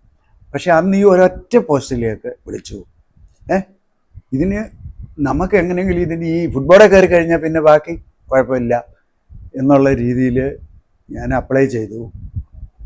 അപ്പോൾ അവിടെ ഞാൻ ചെന്നപ്പോഴേ വലിയ വിശ്വവിഖ്യാത വിവർത്തകന്മാരെല്ലാമാണ് അവിടെ വന്നിരിക്കുന്നത് കേട്ടോ. ആരെല്ലാം കണ്ടു, പരിചയപ്പെട്ടു, അങ്ങനെ ചെയ്തു. വന്നതേ അബദ്ധമായപ്പോൾ ട്രാൻസ്ലേറ്റർ എന്ന പോസ്റ്റിൻ്റെ പേര് കേട്ടോ. പക്ഷേ ആ പോസ്റ്റിൽ 1 വർഷമോ 2 വർഷമോ ഇരുന്ന് കഴിഞ്ഞാൽ ഉടൻ അസിസ്റ്റൻ്റ് എഡിറ്റർ, ഇൻഫർമേഷൻ ഓഫീസർ, അങ്ങനെ പോകുന്ന ആണ് ആ പോസ്റ്റിൻ്റെ രീതി അങ്ങനെ. അപ്പോൾ എൻ്റെ അത് PSC പിന്നെ ഇന്നത്തെ പോലെയുള്ള കമ്പ്യൂട്ടറൈസേഷൻ ഒന്നും ഇല്ലാഞ്ഞുകൊണ്ടൊരു ഗുണമുണ്ടായിരുന്നു. രാവിലെ ടെസ്റ്റ്, ഉച്ചയ്ക്ക് റിസൾട്ട് കേട്ടോ. ആ റിസൾട്ട് വന്നു കഴിഞ്ഞാൽ ഉടൻ തന്നെ അതിൽ നിന്ന് 10 പേരെ ഇൻ്റർവ്യൂ ചെയ്യുക. ഇന്ന് ലയിച്ചു 1980 ഈ ട്രാൻസ്ഫറുടെ പോസ്റ്റിലാണ്. ഏതെങ്കിലും ഫയലുണ്ടെങ്കിൽ ആരെങ്കിലും നോക്കിക്കോട്ടെ. ടെസ്റ്റ്, റിസൾട്ട്, ഇൻ്റർവ്യൂ എല്ലാം ഒരു ദിവസം തന്നെയാണ് നടക്കുന്നത് കേട്ടോ. എന്നിട്ട് ഒരാഴ്ച റിസൾട്ട് എന്ന് പറഞ്ഞാൽ പരീക്ഷ മറ്റേതെല്ലാം വെച്ചില്ല. ആരെയാ എടുക്കുന്നതെന്നുള്ളത് അവിടെ അന്നേരം ഓപ്പൺ ആയില്ല. എങ്കിലും 2 ആഴ്ചയ്ക്ക് അത് വന്നു കേട്ടോ. അപ്പം ഈ പിന്നെ ഒരു വെക്കേഷന് 1 വർഷം ഞാൻ സ്കൂളിൽ പിന്നെ പഠിപ്പിച്ചു. ആ വെക്കേഷൻ തുടങ്ങാൻ നേരം അപേക്ഷിച്ചു. ആ വെക്കേഷൻ തീരുന്നതിന് മുമ്പ് എനിക്ക് PRDയിൽ അപ്പോയിൻമെൻറ്റ് കിട്ടി. അങ്ങനെയാണ് ഇവിടെ PRD വന്നത്. അപ്പം അങ്ങനെ PRD വന്നപ്പോൾ നല്ല ഒരു എഴുത്തുകാരനും പണ്ഡിതനും മീഡിയയെക്കുറിച്ചുള്ള നല്ല കാഴ്ചപ്പാടുള്ള ഒരാളിൻ്റെ കൂടാണ് എനിക്ക് ജോലി ചെയ്യാൻ്റെ അവസരം കിട്ടി. അത് VK നാരായണനായിരുന്നു. VK നാരായണൻ. അപ്പം ഞങ്ങൾ ഇവിടെ അദ്ദേഹം പല പുസ്തകങ്ങൾ എഴുതും. പക്ഷേ അദ്ദേഹം ഒരു അക്കാഡമിക് മോഡലിലല്ല, പല അനുഭവങ്ങളും മറ്റ് പുള്ളിയുടേതായിട്ടുള്ള രീതി. പക്ഷേ ഭാഷയെക്കുറിച്ച് പുള്ളി വായനമായിട്ട് നല്ല ഗംഭീരമായിട്ടുള്ള തനിമയുള്ള പുസ്തകങ്ങളൊക്കെ എഴുതുമായിരുന്നു. അപ്പോൾ ആ ഒരു ടീമും കൂടെ വന്നപ്പോഴത്തേക്ക് എനിക്ക് ഒരു നല്ല ഉത്സാഹം വന്നു. പിന്നെ അപ്പോൾ ഞാൻ ചെറിയ ചെറിയ ലേഖനങ്ങളും മറ്റുമൊക്കെ അവിടെ ഇവിടെയൊക്കെ എഴുതുകയും ചില ആരെങ്കിലും ചോദിക്കുന്നത് ചില വിളിക്കെടുക്കുകയൊക്കെ ചെയ്യും. പിന്നെ ഭാരതീയ വിദ്യാഭവന ജേർണലിസം ക്ലാസ് എടുക്കുന്നുണ്ടായിരുന്നു. പിന്നെ അങ്ങനെ പലയിടത്തും പല സ്ഥാപനങ്ങളിലും പിന്നെ എടുക്കുന്നുണ്ടായിരുന്നു. ബെസ്റ്റ് ആയിട്ടുള്ള കേരള യൂണിവേഴ്സിറ്റിയിൽ ഈ university PG post graduate diploma in journalism എന്ന് പറഞ്ഞിട്ട് കറസ്പോണ്ടൻസ് ഡിസ്റ്റൻസ് എഡ്യൂക്കേഷൻ ഉണ്ടായിരുന്നു.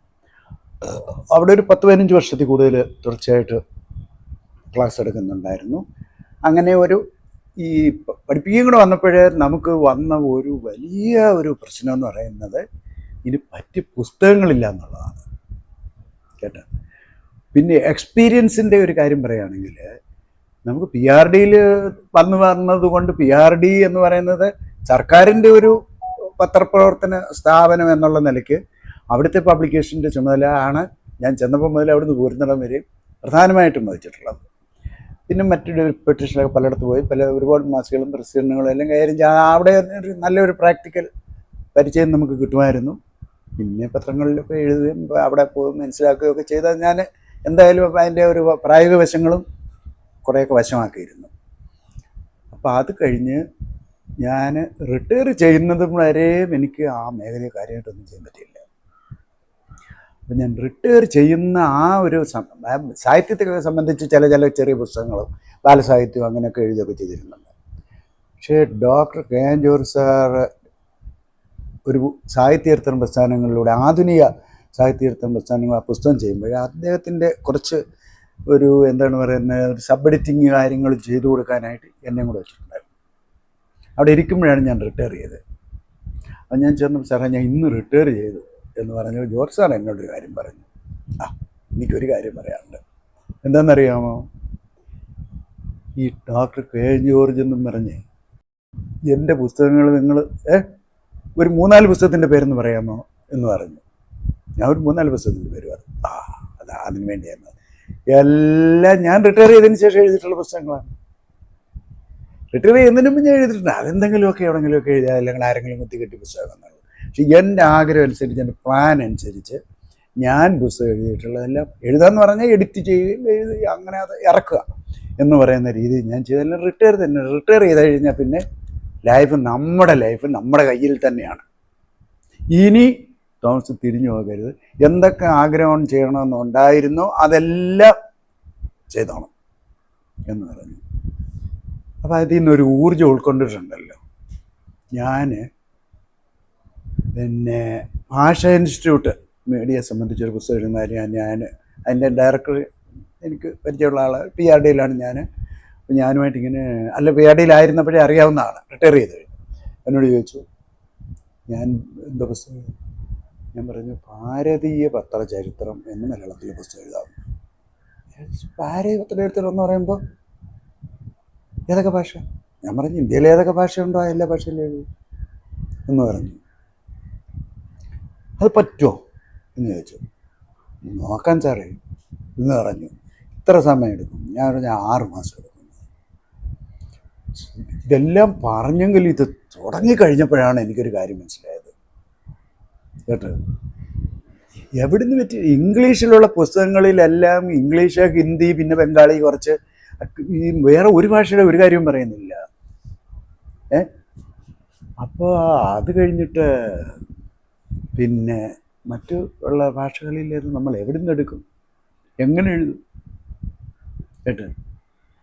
ഇപ്പോഴും ഞാൻ പറയുകയാണ്, ഈ മലയാളത്തിൽ ഉള്ള ഇതല്ലാതെ ഇന്ത്യയിലെ എല്ലാ ഭാഷകളുടെയും ചരിത്രം പ്രതിപാദിക്കുന്ന ഒരൊറ്റ ചരിത്ര പുസ്തകവും ഇറങ്ങിയിട്ടുള്ളതായിട്ട് ഇംഗ്ലീഷിലോ വേറെ ഏതെങ്കിലും ഭാഷ എവിടെങ്കിലും പല ആളുകളോട് അന്വേഷിക്കും. നമുക്ക് വല്ല കോമ്പറ്റീഷനോടെ അങ്ങനെ പുസ്തകം വരെ വന്നിട്ടില്ല. Indian history of journalism in India എന്ന് പറഞ്ഞിട്ട് ഒരു 100 പുസ്തകം വേണമെങ്കിൽ ഇംഗ്ലീഷിൽ കിട്ടും കേട്ടോ. ഹിന്ദിയിലുണ്ടോ വേറെ ഭാഷ ഉണ്ടോ എന്ന് ഞാൻ പല ആൾക്കാരെ അറിയാവുന്നവരോടൊക്കെ എനിക്കുള്ളവരോട് ചോദിച്ചു. ഇല്ല. അപ്പം ഞാൻ ഒരു കാര്യം ചെയ്തത്, ഇന്ത്യയിലെ എല്ലാ സ്റ്റേറ്റിലെയും എല്ലാ യൂണിയൻ ടെറിട്ടറികളിലെയും പബ്ലിക് റിലേഷൻസ് ഡിപ്പാർട്ട്മെൻറ്റുകൾക്ക് ഞാൻ എൻ്റെ കത്തയച്ചു. ഇങ്ങനെ ഭാഷാ ഇൻസ്റ്റിറ്റ്യൂട്ട് കേരള ഗവൺമെൻറ്റിൻ്റെ സ്ഥാപനമാണ്. അവർക്ക് വേണ്ടി ഒരു പുസ്തകം തയ്യാറാക്കുന്നതിന് PRDയിലൂടെ ആയിരുന്നു ഞാൻ ഒരു പുസ്തകം തയ്യാറാക്കുകയാണ്. എനിക്കതുകൊണ്ട് താഴെ പറയുന്ന ക്വസ്റ്റ്യനെയറിൽ ഒന്ന് പൂരിപ്പിച്ച് അതിൻ്റെ ഒരു വിവരം നിങ്ങളൊന്ന് കിട്ടിയാൽ ഇതിനകത്ത് ചേർക്കാൻ പറ്റും. നമുക്ക് ഇത് പാലാന്തരത്തിൽ ഇത് ഇംഗ്ലീഷിലേക്ക് ട്രാൻസ്ലേറ്റ് ചെയ്യുകയും ചെയ്യാം. അപ്പോൾ എന്നൊക്കെ പറഞ്ഞിട്ട് അയച്ചു കേട്ടോ.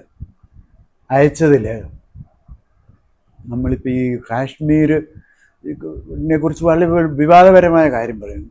ഒരാഴ്ചക്കകം മറുപടി കിട്ടി ഒരേ ഒരു സ്റ്റേറ്റിൽ നിന്ന് കേട്ടോ. എന്താണെന്നറിയാമോ, ആ മറുപടി കിട്ടിയതിനകത്ത് ഇവിടെ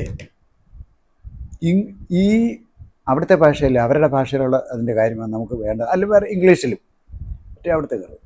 ഇവിടെ ഇംഗ്ലീഷിലല്ല മറ്റേ അവിടുത്തെ ഭാഷ ഉറുദു ഒരു പത്രം പോലും പ്രസിദ്ധീകരിക്കുന്നില്ല, ഒരാനുകാലികവും പ്രസിദ്ധീകരിക്കുന്നില്ല കേട്ടോ. അപ്പോൾ അതുകൊണ്ട് ഇതിന് മറുപടി അയക്കാൻ നിവൃത്തിയില്ല എന്ന് പറഞ്ഞു അത്. അതല്ലാതെ വീണ്ടും റിമൈൻഡറുകൾ അയക്കുകയും ഒരു 3-4 മാസം വെയിറ്റ് ചെയ്യുകയും ചെയ്തിട്ട് ഒരൊറ്റ സ്റ്റേറ്റിൽ നിന്ന് പോലും നമ്മുടെ ഒരു ചരിത്രബോധത്തിൻ്റെ ഒരു ഇതാണെന്ന് വിചാരിച്ചോളാം കേട്ടോ. ഒരൊറ്റ മറുപടി പോലും വന്നിട്ടില്ല.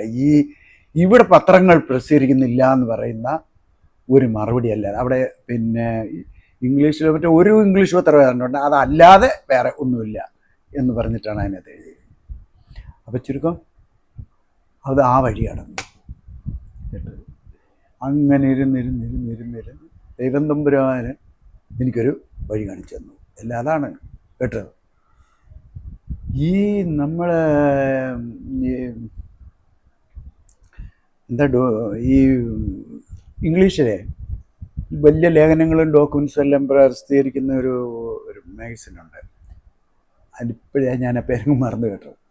അപ്പോൾ ആ ഒരു മാസികയുടെ കുറേ കോപ്പികൾ, ഈ പഴയ മാസികകളൊക്കെ ഇവിടെ വെച്ച് വയ്ക്കുന്ന പാളയത്തൊന്നും മറ്റേ ഇവിടുന്ന് ഒരു ബൈൻഡ് ചെയ്തതുപോലെ ഒരു കോപ്പി, അതിൻ്റെ ഒരു പാളി എനിക്ക് കിട്ടി. ഞാൻ തുറന്ന് നോക്കുമ്പോഴുണ്ടല്ലോ, അത് ഇതുപോലെ ഞാൻ ഹിസ്റ്ററി എഴുതാൻ വേണ്ടി എഴുതിയിരിക്കുന്ന പോലെ അല്ല. അവർ ഓരോ ഭാഷയിൽ ആരാണ് എഴുതിയിരിക്കുന്നത്? ജെഫ്രി, ജെഫ്രി ഈ ഇന്ത്യയിലെ എല്ലാ ഭാഷകളിലെയും പത്രങ്ങളെക്കുറിച്ച് ലേഖനങ്ങൾ എഴുതിയിട്ടുണ്ട് കേട്ടോ. ആ ലേഖനം വായിക്കുമ്പം തന്നെ നമുക്കൊരു വലിയ ഉൾക്കാഴ്ചയാണ് കിട്ടുന്നത്. അത് കഴിഞ്ഞിട്ട് രജിസ്റ്റർ ഓഫ് ന്യൂസ് പേപ്പറിൽ എല്ലാ ഭാഷയുടെയും റെക്കോർഡുണ്ടല്ലോ. ആ രജിസ്റ്റർ ഓഫ് ന്യൂസ് പേപ്പറുടെ അവിടെ നിന്ന് ഉള്ള റെക്കോർഡുകൾ അവിടെ ഒന്നും പോകണ്ട, നമുക്ക് വാങ്ങിക്കാൻ കിട്ടും പബ്ലിക്കേഷൻ ഡിവിഷനിലൊക്കെ. അപ്പോൾ അതെല്ലാം പോയി വാങ്ങിച്ച് പിന്നെ നമുക്ക് നോക്കാം ഓരോരോ പത്രത്തിൽ നിന്ന് എന്തെങ്കിലും കിട്ടാവുന്ന വിവരങ്ങൾ ഇങ്ങനെ ശേഖരിച്ചാണ് ഈ പറഞ്ഞ ടൈം ലിമിറ്റിനകത്ത് ഈ എല്ലാ ഭാഷകളെക്കുറിച്ചും ഉള്ള വിവരങ്ങൾ ഉൾപ്പെടുത്തിക്കൊണ്ട് നമ്മൾ ആ പുസ്തകം തയ്യാറാക്കി. പക്ഷേ ഞാൻ ഇതുവരെ എഴുതിയിട്ടുള്ള പുസ്തകങ്ങളിൽ ഞാൻ ഏറ്റവും കൂടുതൽ ബന്ധപ്പെട്ട് മാറ്റർ ശേഖരിച്ചതും എന്നാൽ എങ്ങും ടൂർ പോവുകയോ അങ്ങനെ ഒന്നും ചെയ്യാതെ ഒക്കെ ചെയ്ത് ശേഖരിച്ച പുസ്തകമാണ് നമ്മുടെ ആ പുസ്തകം. ഭാരതീയ പത്രചരിത്രം എന്ന് പറഞ്ഞ പുസ്തകം ഇതാണ്. ഇതിപ്പോൾ 3ാമത്തെ പതിപ്പ് അതിനകത്ത് ഭാഷാ ഇൻസ്റ്റിറ്റ്യൂട്ടാണ് പ്രസിദ്ധീകരിച്ചിരിക്കുന്നത്. അവിടെ ഒരു ഗുണമുണ്ട്, നമ്മൾ കൊടുത്തു കഴിഞ്ഞാൽ പിന്നെ എത്ര അടിച്ച് ഇറങ്ങിയെന്ന് നമുക്ക് പോലും അറിയാൻ പറ്റില്ല. അങ്ങനെയുള്ളൊരു സംവിധാനമാണ് അവിടെ ഉള്ളത്. ആ ജോർജ് സാർ തന്നെ ആ ഒരു പുഷ് എന്ന് പറയുന്നുണ്ടല്ലോ, വളരെ വലിയൊരു ഇതായിരുന്നു. അതുപോലെ തന്നെ മാധ്യമങ്ങളും മലയാള സാഹിത്യം എന്ന് പറഞ്ഞിട്ട് BA മലയാളത്തിന് ഒരു സിലബസിലൊരു വിഷയമുണ്ട്, BA. ആ മാധ്യമങ്ങളും മലയാളം എന്ന് പറഞ്ഞപ്പോൾ നമ്മൾ മലയാളം സാർമാർക്ക് ഈ വിഷയം കേട്ടപ്പോൾ തന്നെ അവർ ഭയങ്കര പ്രശ്നമുണ്ട്. ഇങ്ങനെ പഠിപ്പിക്കാൻ യൂണിവേഴ്സിറ്റിയിലെ പല വിദഗ്ധന്മാരും പറഞ്ഞു, ഇനി മീഡിയയും കൂടെ പഠിച്ചെങ്കിലേ പറ്റത്തുള്ളൂ എന്ന് പറഞ്ഞു. പുസ്തകമില്ല. അപ്പോൾ അങ്ങനെ വന്നപ്പോഴത്തേക്ക് ഞാൻ റിട്ടയർ ചെയ്ത് കഴിഞ്ഞതിന് ശേഷം അപ്പോൾ ഞാനൊരു ചെറിയ പബ്ലിഷിംഗ് സ്ഥാപനത്തിൽ പിന്നെ NERC എന്ന് പറഞ്ഞിട്ട് തിരുവനന്തപുരത്ത് ഒരു പ്രസിദ്ധീകരണശാല ഉണ്ടായിരുന്നു. CC എബ്രഹാം എന്ന് പറയുന്ന ഒരു അഡ്വക്കേറ്റായിരുന്നു എൻ്റെ ആൾ. അദ്ദേഹം എന്നെ ജോർജ് സാറിനുമായിട്ട് വളരെ ആയിരുന്നു. ജോർജ് സാറിൻ്റെ നിർദ്ദേശപ്രകാരമാണ് ഞാൻ അവിടെ പോയത്. അപ്പോൾ ജോർജ് സാറും പറഞ്ഞു, മറ്റേ ഇവർ പറഞ്ഞു, ഈ സിലബസ് അനുസരിച്ച് നമുക്കൊരു ബസ് ഉണ്ടായിക്കൂടെ, ഉണ്ടാക്കാം എന്ന് പറഞ്ഞിട്ട് ഞാൻ ആ സിലബസ് അനുസരിച്ച് സിലബസ് മാർച്ച് ജൂൺ 1 2 മാസത്തിനകം എഴുതിയ പുസ്തകമായത്. അപ്പോൾ വാസവൻ പറഞ്ഞ ഈ സാഹിത്യത്തെ ഈ മീഡിയയും കൂടെ ബന്ധിപ്പിച്ച് ഒരു പുസ്തകം നമ്മൾ മലയാളത്തിൽ എന്തായാലും വേറെ വന്നിട്ടില്ല കേട്ടോ. അപ്പോൾ അങ്ങനെ അത് ഒരു പുസ്തകം ചെയ്തു. പിന്നെ അത് കഴിഞ്ഞിട്ട് വന്ന വേറൊരു പ്രധാന കാര്യം, ഈ ഭാരതീയ വിദ്യാഭവനിൽ ഞാൻ ജേർണലിസം പഠിപ്പിക്കുന്നുണ്ടായിരുന്നു. 30 വർഷത്തിലധികം തുടർച്ചയായിട്ട് പഠിപ്പിച്ചു. ഈ കൊറോണയൊക്കെ വന്നതിന് ശേഷമാണ് ഞാൻ മതിയാക്കിയത് കേട്ടോ. അപ്പോൾ അവിടെ ഇത് വന്നപ്പോൾ പുസ്തകമില്ലാണ് പഠിപ്പിക്കുക. അവിടെ ഇംഗ്ലീഷാണ് പഠിപ്പിക്കുന്നത്, പക്ഷെ പരീക്ഷ എഴുതുന്നവർക്ക് ഇംഗ്ലീഷോ മലയാളം എഴുതാം എന്ന് പറഞ്ഞു.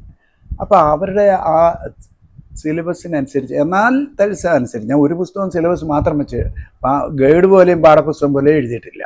ആ സബ്ജക്റ്റിലൊരു പുസ്തകം എഴുതുന്നു, അവർക്ക് പഠിക്കേണ്ടതും കാണും അതിൽ എന്നുള്ളത്. അത് ഇംഗ്ലീഷിൽ തന്നെ എഴുതിയൊരു പുസ്തകമായിരുന്നു. പക്ഷേ ഇത് വേറെ പ്രസിദ്ധീകരണശാലക്കാരെ ഏൽപ്പിച്ചില്ല. ഇതിൻ്റെ പ്രൊഡക്ഷനൊരു ക്വാളിറ്റി കുറവായിരുന്നു. ഒരു പാർട്ടിയെ ഏൽപ്പിച്ചത് അവരത് കുളമാക്കി തന്നത് കാരണം ഞാൻ ഈ പുസ്തകം മാർക്കറ്റിൽ ഇറക്കിയിട്ടില്ല. അവിടുത്തെ ഭാരതവിദ്യാലയയിലെ സ്റ്റുഡൻസ് വരുന്നവർക്ക് കൊടുക്കുക മാത്രമേ ചെയ്തിട്ടുള്ളൂ. അപ്പോൾ അങ്ങനെ ആ പുസ്തകം മിക്കവാറും എല്ലാം തീർന്നു. പക്ഷേ ഇനി ഒന്ന് നവീകരിച്ച് നല്ലൊരു പബ്ലിഷറെ കൊണ്ട് പ്രസിദ്ധീകരിക്കണമെന്ന് എനിക്ക് വലിയ താല്പര്യമുണ്ട്. കാരണം എന്താണെന്ന് വെച്ചാൽ, ഞാൻ ആദ്യം പറഞ്ഞല്ലോ, ഈ മീഡിയയെക്കുറിച്ചുള്ള താത്വികമായിട്ടുള്ള ഈ ഇതൊന്നും നമുക്ക് വായിച്ചാൽ മനസ്സിലാക്കാൻ വലിയ പ്രയാസമാണ് കേട്ടോ. മാത്രവുമല്ല, നമ്മൾക്കൊരു വലിയ കുഴപ്പം എന്തെന്നറിയോ, ഇതിനെക്കുറിച്ച് നമ്മളിപ്പോഴും ഈ പറയുന്നത് പോലെ പറയാൻ പാടില്ല, അങ്ങനെ പറയാവുന്ന ഇവിടെ ഒരു തെറ്റിദ്ധാരണയാണ്. എൻ്റെ കൂട്ടത്തെയും പറയുകയാണ്, കേരള യൂണിവേഴ്സിറ്റി കറസ്പോണ്ടൻറ്റ് കോഴ്സ് വരുമ്പോൾ അതിനകത്ത് പിന്നെ ഒരു പ്രിൻ്റഡ് നോട്ടും കൂടെ കൊടുക്കും. ആ ക്ലാസ് എടുക്കുന്നവർ തന്നെയാണ് എടുത്ത് കൊടുക്കുന്നത്. അങ്ങനെ ഹിസ്റ്ററിയുടെ ഒരു ഇത് വന്ന ഹിസ്റ്ററിയും കമ്മ്യൂണിക്കേഷനും ഉള്ള ഭാഗങ്ങൾ ഞാൻ എടുത്തുകൊണ്ടിരുന്നു. അപ്പം ഞാൻ ഈ രണ്ടിൻ്റെയും ഈ നോട്ട്സ് കൊടുത്തു. ആർക്ക് വായിച്ചാലും മനസ്സിലാവും, 10ാം ക്ലാസ്സുകാർക്ക് വായിച്ചാലും മനസ്സിലാവും ഈ സബ്ജക്റ്റ് എന്നുള്ള പോലുള്ള രീതിയിൽ എഴുതി കൊടുത്തു. ഞാൻ കുറച്ചുനാൾ കഴിഞ്ഞ് അവിടെ ഒരു ക്ലാസ് എടുക്കാനായിട്ട് യൂണിവേഴ്സിറ്റിയിലെ അവിടെ ചെന്നപ്പോൾ തന്നെ ഉണ്ടല്ലോ, നോട്ട് പുതിയത് കിട്ടിയത് വേറൊരു രൂപത്തിൽ ഇരിക്കുന്നത് കണ്ടപ്പോൾ ഞാൻ ഇതെന്താ ഇങ്ങനെ എന്ന് വിചാരിച്ചിട്ട് ഞാനതൊന്ന് വാങ്ങിച്ചു. ഞാൻ വാങ്ങിച്ചിട്ട് കമ്മ്യൂണിക്കേഷൻ എഴുതിയിരിക്കുന്ന ഒരു പാരഗ്രാഫ് വായിച്ചപ്പോൾ എനിക്കും മനസ്സിലാവുന്നില്ല കേട്ടോ.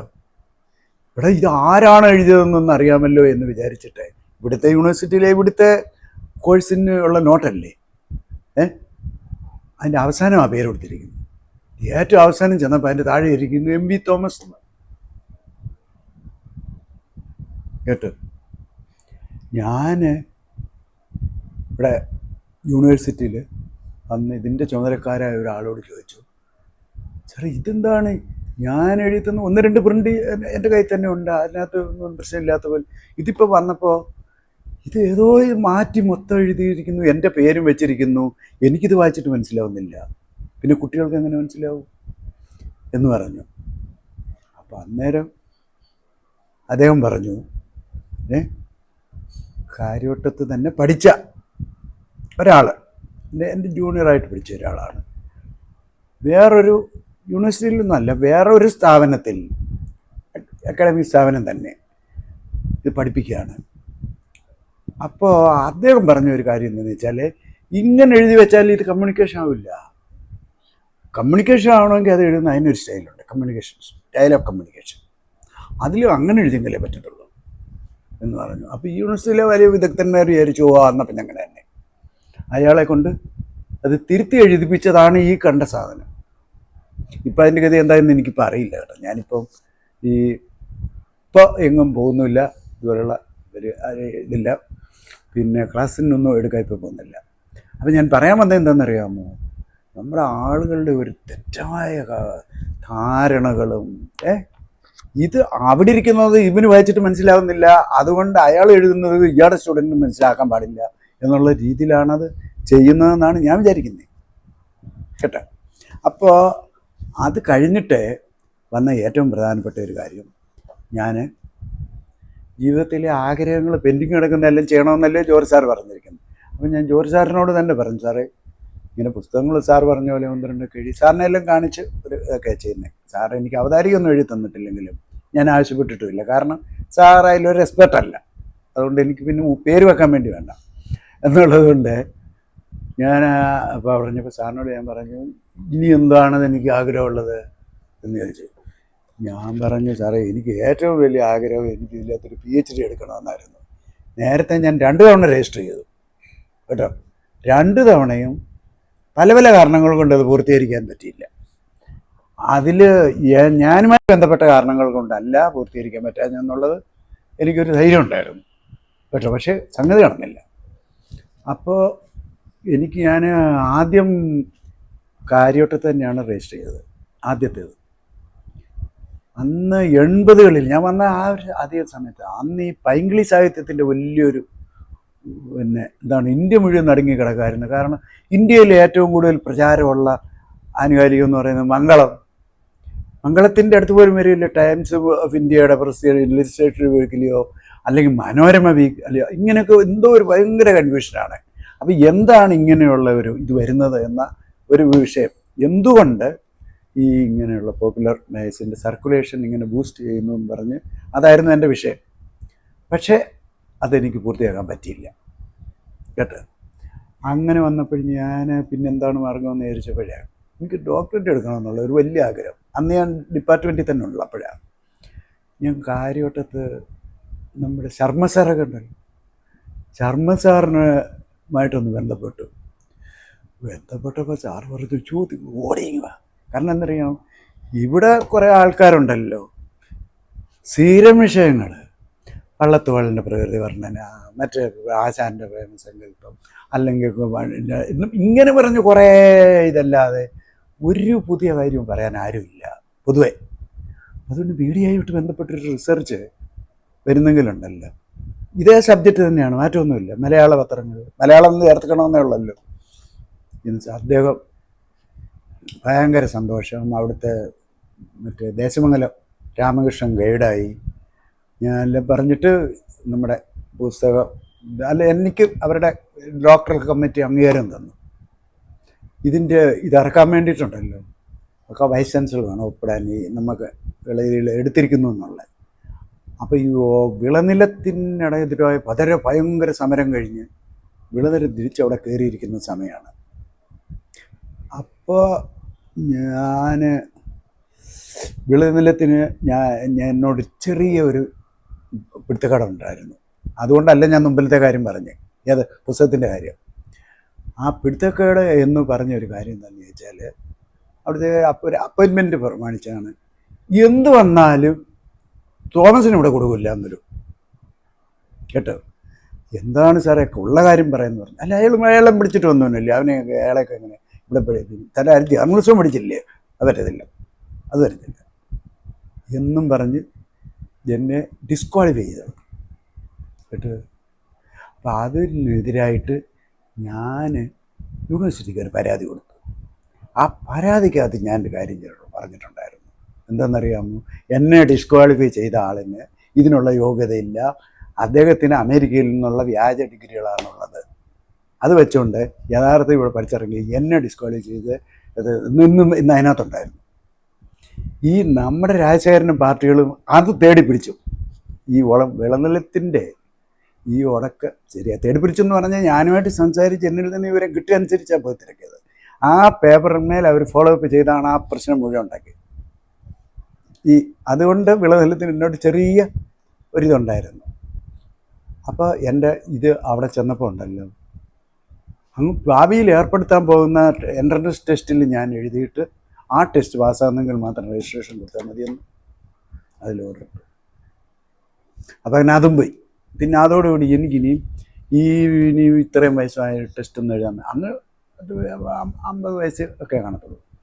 അപ്പോൾ ചുരുക്കം പറഞ്ഞു കഴിഞ്ഞാൽ ഈ ടെസ്റ്റ് എഴുതെങ്കിലേ പറ്റുമെന്നുള്ള നിയമത്തിൻ്റെ പരിധിയിൽ എന്നെ തള്ളി മറ്റേത് ക്യാൻസലാക്കി കളഞ്ഞു വൈസ് ചാൻസലർ. അങ്ങനെ ഞാൻ വീണ്ടും ഇതിൽ വളരെ ദുഃഖിതനായി റിട്ടയർ ചെയ്ത് 10 കൊല്ലത്തോളം കഴിയുന്ന ഒരു സമയത്ത് അവിടെ പുതിയ ഹെഡ് ഔട്ട്കാരൻ നമ്മുടെ സുഭാഷ് വന്നപ്പോൾ എന്നോട് പറഞ്ഞു, മാഷ് ഇതിന് ഒരുപാട് ഞാൻ ചെയ്തിട്ടുള്ളവർക്കെല്ലാം അറിയാം, അടക്കമല്ലായിരുന്നോ, ഒരു കാര്യം ചെയ്യും, എൻട്രൻസ് എഴുതും. ഞാൻ പറഞ്ഞു എൻട്രൻസ് എഴുതാൻ എന്നെ കൊണ്ട് പറ്റില്ല. എന്തുകൊണ്ടാണെന്നറിയാമോ? ഞാനിപ്പോൾ ഇനിയും ഇത്രയെല്ലാം നടന്നു വെച്ചാൽ അവിടെ ഞാൻ എൻട്രൻസ് എഴുതി ആരും ജയിച്ചിട്ടില്ല നമ്മുടെ അവിടെ കാലം അത്രയും. പിന്നെ ഞാനും കൂടെ ഇനി പോയി ആ ഒരു എഴുത്തെഴുതി അതിനകത്ത് പിന്നെ തോറ്റു പിടിച്ചിട്ട് പിന്നെ ആ ഉള്ള നാണൊക്കെ എനിക്ക് കഴിയില്ലെന്ന്. അദ്ദേഹം ഉടനെ ഈ സുഭാഷ് പറഞ്ഞു, മാഷ് ഈ എൻട്രൻസ് എഴുതിയെടുത്ത് ഓർക്കുന്നുണ്ടോ? ഏത് എൻട്രൻസ്? MCJയുടെ എടുക്കുന്നില്ല, ആ തോമസ് തന്നെയാണ് ഈ ഇരിക്കുന്നത്, എഴുതാൻ പറഞ്ഞു, കിട്ടുമെന്ന് പറഞ്ഞു എന്നും പറഞ്ഞ് ചുരുക്കം പറഞ്ഞാൽ എൻട്രൻസ് പോയി എഴുതി. അങ്ങനെ ആ എൻട്രൻസിൽ ആദ്യമായി പാസ്സാവുന്ന ആളിൽ ഞാൻ തന്നെ കേട്ടത്. പിന്നെ വന്നു അതിൻ്റെ ബാക്കിയായിട്ട്. ഇപ്പം എനിക്ക് ഇത് സ്കോളർഷിപ്പ് അനുവദിച്ചിട്ടുണ്ടായിരുന്നു, സ്കോളർഷിപ്പ് ഈ എമൗണ്ട്. അപ്പോൾ എനിക്കൊരു സംശയം, എനിക്ക് പെൻഷനൊക്കെ കിട്ടുന്ന ആളിന് സ്കോളർഷിപ്പ് ഒരു 2 കൂടെ എങ്ങനെയാണ് ശരിയാണെന്നുള്ളത്. അപ്പം അതുകൊണ്ട് ഞാൻ അദ്ദേഹത്തോട് ചോദിച്ചപ്പോൾ ഗൈഡ് പറഞ്ഞു, അതിപ്പോൾ നിങ്ങളിത് കുത്തിപ്പൊക്കുണ്ടോ അല്ലെങ്കിൽ വേറെ പല ആളുകളോടും പറഞ്ഞപ്പോൾ അവരതാ പറഞ്ഞു. ഞാൻ പറഞ്ഞു എനിക്കത് പറ്റത്തില്ല, യൂണിവേഴ്സിറ്റിക്ക് അനുവദിച്ചെങ്കിലേ ഞാൻ വാങ്ങിക്കത്തുള്ളൂ. ഞാൻ തന്നെ യൂണിവേഴ്സിറ്റിക്കൊരു കത്തയച്ചു. പക്ഷേ അത് വളരെ പ്രോംപ്റ്റ് എന്ന് പറഞ്ഞാൽ ഇന്ന് ഞാൻ ഇട്ടെങ്കിൽ നാളെ അവിടെ കിട്ടി, മറ്റന്നാൾ എനിക്ക് മറുപടി കിട്ടി, നിങ്ങൾക്ക് അനുവദിച്ചാൽ ഇത് ക്യാൻസൽ ചെയ്തിരിക്കുന്നു എന്ന് പറഞ്ഞു കേട്ടോ. അപ്പോൾ പിന്നെ അതിൻ്റെ മൊത്തം ഇത് എല്ലാം വെച്ചിട്ട് ഞാൻ ചെയ്തു. അപ്പോൾ ഞാൻ എടുത്ത ഇത് ഹിസ്റ്റോറിക്കലായിട്ടുള്ളതാണ്. സാധാരണ നമ്മുടെ മീഡിയയിലുള്ള റിസർച്ചുകളെല്ലാം സർവേ നടത്തിയിട്ട് സർവേ അനലൈസ് ചെയ്ത് ചില ഫൈൻഡിങ്സൊക്കെ ഇതൊക്കെ ഈ രീതി ചെയ്യുന്നതിനേക്കാൾ കുറേക്കൂടെ എളുപ്പമാണ്. കാരണം ഒരു സർവേ നടത്തുക എന്ന് പറയുന്നത് അത് പിന്നെ അനലൈസ് ചെയ്യുന്നത് പോലും അവരൊരു തനിയെ ചെയ്യണമെന്നില്ല. ഈ സ്റ്റാറ്റിസ്റ്റിക്സിൻ്റെ എക്സ്പെർട്സിന് കൊടുത്ത് അങ്ങനെയൊക്കെ ചെയ്യിക്കാനുള്ള സൗകര്യമൊക്കെ ഉണ്ട്. പക്ഷേ എനിക്ക് അങ്ങനെയല്ല, എനിക്ക് ഈ സബ്ജക്റ്റ് പഠിക്കുക വേണ്ടത്, കിട്ടുന്നത് അല്ലേ കിട്ടണ്ട എന്നും പറഞ്ഞാണ്. അല്ലെങ്കിൽ ഞാനതൊരു പുസ്തകമാക്കും. ഈ ആദ്യത്തെ തീസിസായി ഞാൻ എഴുതാൻ അവിടെ ക്യാൻസൽ ചെയ്തെന്ന് പറഞ്ഞില്ലേ ഉള്ളതല്ലോ, അത് ഞാൻ പിന്നെ പുസ്തകമാക്കിയതാണ് ഈ പുസ്തകം. അതുകൊണ്ടാണ് ആ 2 മാസം കൊണ്ട് എനിക്ക് പെട്ടെന്ന് ഇതുപോലൊരു പിന്നെ ഒരു നല്ല ഒരു റിസർച്ച് ഇതിൻ്റെ പിന്നിലുള്ളതാണ്. അതെ എന്ന് പറഞ്ഞ പോലെ ഇത് കിട്ടിയില്ലെങ്കിൽ ഇതൊരു പുസ്തകമാക്കും എന്നുള്ള രീതിയിൽ ഞാൻ ഇതേ വിഷയം തന്നെ എടുത്തു. ഇതിൽ എനിക്ക് 5 വർഷം അനുവദിച്ച് തന്നിരുന്നത് ആ 5 വർഷത്തിന് പൂർത്തിയാകുന്നതിന് മുമ്പ് തന്നെ ഇത് ചെയ്തു. അപ്പോൾ ഇതിനകത്ത് ചെയ്തിരിക്കുന്ന വിഷയം എന്ന് പറയുന്നത്, നമ്മൾ ഈ ഇന്ത്യൻ സ്വാതന്ത്ര്യ സമരത്തിൽ കേരളത്തിൽ അതിൽ നടന്ന പങ്കാണ്. അപ്പോൾ കേരളത്തിലെ സ്വാതന്ത്ര്യ സമരം എന്ന് പറയാം. ആ അത് രണ്ടും ഒന്നായിട്ട് കണ്ടുകൊണ്ടുള്ള ഒരു രീതിയാണ്. അതിൽ നമ്മുടെ മലയാളത്തിലെ പത്രങ്ങൾ വഹിച്ച പങ്കെന്ത് എന്ന്. അപ്പം ഈ സബ്ജക്റ്റ് വന്നപ്പോൾ തന്നെ ആളുകളെ ഒരുപാടുപ്പെട്ടവരെല്ലാം പറഞ്ഞു കേരളത്തിൽ സ്വാതന്ത്ര്യ സമരം നടന്നിട്ടേ ഇല്ല. സ്വാതന്ത്ര്യ സമരം എന്ന് പറയുന്നത് ഈ ഗാന്ധിജിയുടെ ഒക്കെ നേതൃത്വത്തിൽ ബ്രിട്ടീഷുകാർക്കെതിരായി നടന്ന സമരമല്ലേ. ബ്രിട്ടീഷുകാർക്കെതിരായിട്ടൊരു സമരം ബ്രിട്ടീഷുകാരുടെ ഭരണത്തിൽ വരുന്നതിന് മുമ്പ് നടന്നിട്ടില്ല. അതിന് മുമ്പ് കുരുമുളകൊക്കെ വാങ്ങിക്കാൻ നേരം ചില ഇതൊക്കെ നടന്നതല്ലാതെ ബ്രിട്ടീഷുകാർ ഭരിക്കുന്ന കാലത്ത് ബ്രിട്ടീഷുകാർക്കെതിരായിട്ട് കാര്യമായി ഒന്നും നടന്നിട്ടില്ല. നടത്താൻ ചിലർ ശ്രമിച്ചിട്ടുണ്ടെങ്കിലും വേലുത്തമ്പിയൊക്കെ അതെല്ലാം പോയിട്ടേ ഉള്ളൂ. അപ്പോൾ ഏത് സ്വാതന്ത്ര്യത്തിൽ ആര് പങ്കെടുത്താലും പറയാൻ പോകുന്നു എന്നുള്ളതാണ് ചോദ്യം വന്നത് കേട്ടോ. അപ്പോഴേ ഞാൻ പറഞ്ഞു കേരളത്തിൽ സ്വാതന്ത്ര്യ സമരം നടന്നിട്ടുണ്ട്. ആ നടന്ന സ്വാതന്ത്ര്യ സമരം ഗാന്ധിജിയും കോൺഗ്രസും ഒക്കെ പറഞ്ഞനുസരിച്ച് നടത്തിയതാണ്. അവർ പറഞ്ഞ് നിങ്ങൾ ഈ സമരം നടത്തണ്ട, നിങ്ങൾ വൈക്കം സത്യാഗ്രഹം എന്ന് പറഞ്ഞ് നടത്തിയാൽ മതി, നിങ്ങൾ മറ്റേ അത് ചെയ്താൽ മതി, നിങ്ങളവിടെ മറ്റേതെന്ന് പറഞ്ഞിട്ട് ചെയ്താൽ മതി എന്ന് പറഞ്ഞ് ഉള്ള നിർദ്ദേശപ്രകാരമാണ് ഈ നടത്തിയിട്ടുള്ളത് എന്നൊക്കെ പറഞ്ഞപ്പോൾ എന്നാൽ പിന്നെ ചെയ്തോളാം അത് പത്രങ്ങൾ എന്തോ വന്നു പറഞ്ഞിട്ട് അതിന് അനുമതി തന്ന് ഞാൻ ചെയ്തു. പക്ഷേ ഇതിനകത്തുള്ള ഒരു കാര്യം എന്ന് പറഞ്ഞത്, നമ്മൾ ഈ 100 വർഷം പിന്നിട്ട പത്രങ്ങൾ ഇപ്പോഴും ഉള്ള പത്രങ്ങളെ മാത്രമേ ഞാൻ കാര്യമായിട്ട് ബേസ് ചെയ്യാൻ കേട്ടുള്ളൂ. എന്തുകൊണ്ട്? നമ്മുടെ പഴയ പത്രങ്ങളൊന്നും ആരും ഒരിടത്തും സൂക്ഷിച്ചു വെച്ചിട്ടില്ല. ഈ പറയുന്ന പഴയ പത്രങ്ങളുടെ കോപ്പി, സ്വദേശാഭിമാനിയുടെ ഒരു കോപ്പി ഒന്ന് സംഘടിപ്പിക്കുക, അല്ലെങ്കിൽ വേറെ ഏതെങ്കിലും പത്രത്തിൽ ഒരു ഫോട്ടോ എങ്കിലും എവിടെയെങ്കിലും കിട്ടാനെന്ന് പറഞ്ഞിട്ടേ നമുക്ക് ഇവിടെ നടക്കില്ല. അപ്പോൾ അതുകൊണ്ട് പിന്നെ അവസാനം ഈ ഇവിടെ ഇതിനകത്ത് ഇന്നും നിലനിൽക്കുന്നതും സ്വാതന്ത്ര്യ പങ്കെടുത്തമായ പത്രമെന്ന് പറഞ്ഞു. അപ്പം മനോരമ, മാതൃഭൂമി, ദീപിക, കേരളമതി, ഇത്ര പത്രങ്ങൾ മാത്രമേ ഇതിനകത്ത് മെയിനായിട്ട് വന്നിട്ടുള്ളൂ. പിന്നെ അതിൻ്റെ ഭാഗങ്ങളും മറ്റ് സബോർഡിനായിട്ടുള്ള മറ്റ് പല പല അതൊക്കെ കിട്ടുന്ന വിവരങ്ങളൊക്കെ ചേർത്ത് ഇതിനകത്ത് ചെയ്തിട്ടുണ്ട്. പക്ഷേ ഇത് എൻ്റെ യഥാർത്ഥത്തിലുള്ള ഒരു സമീപനത്തിൽ ഞാൻ പറയുകയാണ്. ഇപ്പം ഞാൻ ഈ എഴുതിയിരിക്കുന്ന ഞാനിപ്പോൾ കാണിച്ച ആ മാധ്യമങ്ങളും മലയാള സാഹിത്യവും അല്ലെങ്കിൽ ഭാരതീയ പത്രചരിത്രം എന്ന് പറയുന്ന അത്രയും ഒറിജിനലായ ഒരു കോൺട്രിബ്യൂഷൻ ഇതിനകത്തുണ്ടെന്ന് എനിക്ക് സംശയം. എന്തുകൊണ്ടെന്നറിയാമോ? അവിടെ ഈ പണ്ട് കവിത എഴുതുന്ന പോലെ വൃത്തമൊക്കെ ശരിയാണെങ്കിൽ കവിത ഓക്കെ എന്ന് പറയുന്ന പോലെ ഇതിനകത്ത് കുറേ വെച്ചിട്ടുണ്ട്. ഇന്ന സാധനം വേണം, അതെല്ലാം വരുമ്പോൾ PhD എന്ന് പറയുന്നു. വിഷയം എവിടെ? അതെവിടെയെങ്കിലും പോയി തൊലയട്ടെ എന്ന് പറയും എന്നുള്ള. അപ്പോൾ ഞാൻ ഒരു കാര്യം ചെയ്തത് എന്താണെന്ന് വെച്ചാൽ, എൻ്റെ കഴിവിൻ്റെ പരമാവധി ഈ വിഷയത്തെക്കുറിച്ച് പഠിക്കാവുന്നത്രയും പഠിച്ച് ഇതിനകത്ത് കയറ്റുകാരനുള്ളതിന് ഞാൻ ശ്രമിച്ചിട്ടുണ്ട്. പക്ഷേ ഞാൻ എങ്കിലും ഇത് പൂർണ്ണമല്ല എന്ന് ഞാൻ പറയാൻ കാരണം, നമ്മൾ സ്വാതന്ത്ര്യ സമരത്തിനെന്ന് പറഞ്ഞ് എത്ര വലിയ പത്രങ്ങളല്ല ഇവിടെ സ്വാതന്ത്ര്യ സമരത്തിന് ഈ ഇവിടുത്തെ വാസ്തവത്തിൽ നേതൃത്വം കൊടുത്ത് കാര്യങ്ങളുണ്ടാക്കിയത്. ചെറുകിട പത്രങ്ങളാണ്, പ്രത്യേകിച്ച് തിരുവിതാംകൂറും കൊച്ചിയിലും കേട്ടോ. അപ്പോൾ ഈ അങ്ങനെ വരുമ്പോൾ അതിനൊന്നും ഇതിനകത്ത് ഒരു സാധനവും കിട്ടിയിട്ടില്ല ഇതിനകത്ത് കേട്ടോ. ഇപ്പോഴും വലിയ പത്രങ്ങളെന്ന് പറഞ്ഞ് നടക്കുന്നവർ അന്നെന്തെങ്കിലുമൊക്കെ ചെയ്ത് അതെല്ലാം കൂടെ ചേർത്ത് വെച്ചിട്ട് അത് കിട്ടും, കുറേയൊക്കെ കിട്ടും. അത് വെച്ചിട്ട് ഞാൻ ചെയ്തിരിക്കുന്നു എന്നുള്ളത്. പക്ഷേ ഈ പുസ്തകം ഇറങ്ങിയപ്പോഴേ ഒരു ഗുണം വന്നെന്താണെന്ന് വെച്ചാൽ, ഒരുപാട് ആളുകൾ കേരള സ്വാതന്ത്ര്യ സമരം നടന്നിട്ടുണ്ടായിരുന്നു അപ്പോൾ അല്ലേ എന്നുള്ളേ. അപ്പോൾ നമ്മുടെ ഇവിടെ ദേശീയ സ്വാതന്ത്ര്യ സമരത്തിൻ്റെ ഭാഗമായിട്ട് ചെറിയ തോതിലും ദേശീയ നേതാക്കന്മാരുടെ നിർദ്ദേശപ്രകാരം ഉള്ള സമരങ്ങൾ വലിയ തോതിലും ഇവിടെ നടന്നിട്ടുണ്ട് കേട്ടോ. അപ്പം ബ്രിട്ടീഷ് ഗവൺമെൻറ്റിൻ്റെ ഒരു നയം, അല്ല ബ്രിട്ടീഷ് അല്ല കോൺഗ്രസിൻ്റെ ഒരു നയം എന്തായിരുന്നെന്ന് ചോദിച്ചാൽ, ബ്രിട്ടീഷുകാർ നേരിട്ട് ഭരിക്കുന്നിടത്ത് മാത്രം നേരിട്ട് സമരത്തിന് നടത്തിയാൽ മതി. അതല്ലാതെ ബ്രിട്ടീഷുകാർ നേരിട്ട് ഭരിക്കാത്തടത്ത് ബ്രിട്ടീഷുകാർ രാജ്യം വിടണമെന്ന് പറയുന്ന വേളം ഉണ്ടാക്കുന്നതിന് അതിൻ്റെ ആവശ്യമില്ല. അപ്പോൾ ഈ ഇന്ത്യ മഹാരാജ്യം മൊത്തം എടുത്താൽ ഏതാണ്ട് 1/3 നാട്ടുരാജ്യങ്ങളിലായിരുന്നു. 1/2 ഭാഗം ബ്രിട്ടീഷുകാരുടെ കയ്യിലുണ്ടായിരുന്നു. പക്ഷേ ഈ 1/1 പറയുമ്പോഴും അതിവിസ്തൃതമായ പ്രദേശങ്ങളാണ്, വളരെ പുരോഗമിച്ച പ്രദേശങ്ങളാണ്. ഇവരെ എങ്ങനെ കൈകാര്യം ചെയ്യണമെന്നുള്ളൊരു വലിയ ഒരു പ്രശ്നമായിരുന്നു. പക്ഷെ ഗാന്ധിജി ആരോടെയും ഒന്നും പ്രത്യേകിച്ച് തുറന്നൊന്നും പറഞ്ഞില്ല. ഗാന്ധിജി അപ്പോഴപ്പോഴും ഓരോന്ന് പറഞ്ഞതേ ഉള്ളൂ. വൈക്കം സത്യാഗ്രഹം, വൈക്കം സത്യാഗ്രഹത്തിന് നമ്മുടെ TK മാധവൻ അവിടെ ചെന്ന് അദ്ദേഹത്തോട് നമ്മുടെ മലയാളത്തിലെ തന്നെ KM മണിക്കരാണ് പറഞ്ഞത്, നിങ്ങൾ ചുമ്മാ ചാടിക്കയറി ഇവിടെ ഒന്നും കാണിച്ചു കളയരുത്, ഗാന്ധിജിയെ കണ്ട് അദ്ദേഹത്തിൻ്റെ അനുഭവം വായിച്ചു കോൺഗ്രസിൻ്റെ ഒക്കെ ആഭിമുഖ്യത്തിലേ ചെയ്യാവൂ, അല്ലേ ഭയങ്കര പരാജയമാവും എന്ന് പറഞ്ഞ് ഗാന്ധിജിയോട് പറഞ്ഞപ്പോഴത്തേക്ക് ഗാന്ധിജി ഈ ചെന്ന് പറഞ്ഞ ആളിനെ ഉൾപ്പെടുത്തി അല്ല സമരം സംഘടിപ്പിച്ചത്. TK അവിടെ പ്രത്യേകിച്ച് ഉള്ള ഒരു റോളല്ല ഉള്ളത്.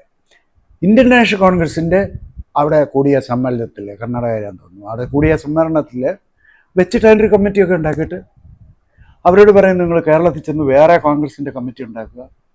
എന്നിട്ട് അവരുടെ നേതാക്കന്മാർ KP കേശവമേനോനും കാളപ്പനും ഒക്കെയാണ് ആദ്യമായിട്ട് ഇങ്ങനൊരു സമരം നടത്തേണ്ട ആവശ്യകതയെക്കുറിച്ച് കേരളം മുഴുവൻ നടന്ന് പ്രസംഗിക്കുകയും പറയുകയൊക്കെ ചെയ്യുന്നത് കേട്ടോ. ഇതിൻ്റെ ഉള്ളിലുള്ളത് TK അവരൊക്കെ നിങ്ങൾ അവിടെ ഇരിക്കുക, നമ്മളിങ്ങ് വരും, ഇതിങ്ങനെയൊക്കെ എന്ന് പറഞ്ഞിട്ട് ഈ സമരങ്ങൾ ഇങ്ങനെ ഓരോരോ കാരണം പറഞ്ഞ് കേരളത്തിൽ നടത്തിക്കൊണ്ടിരിക്കുക.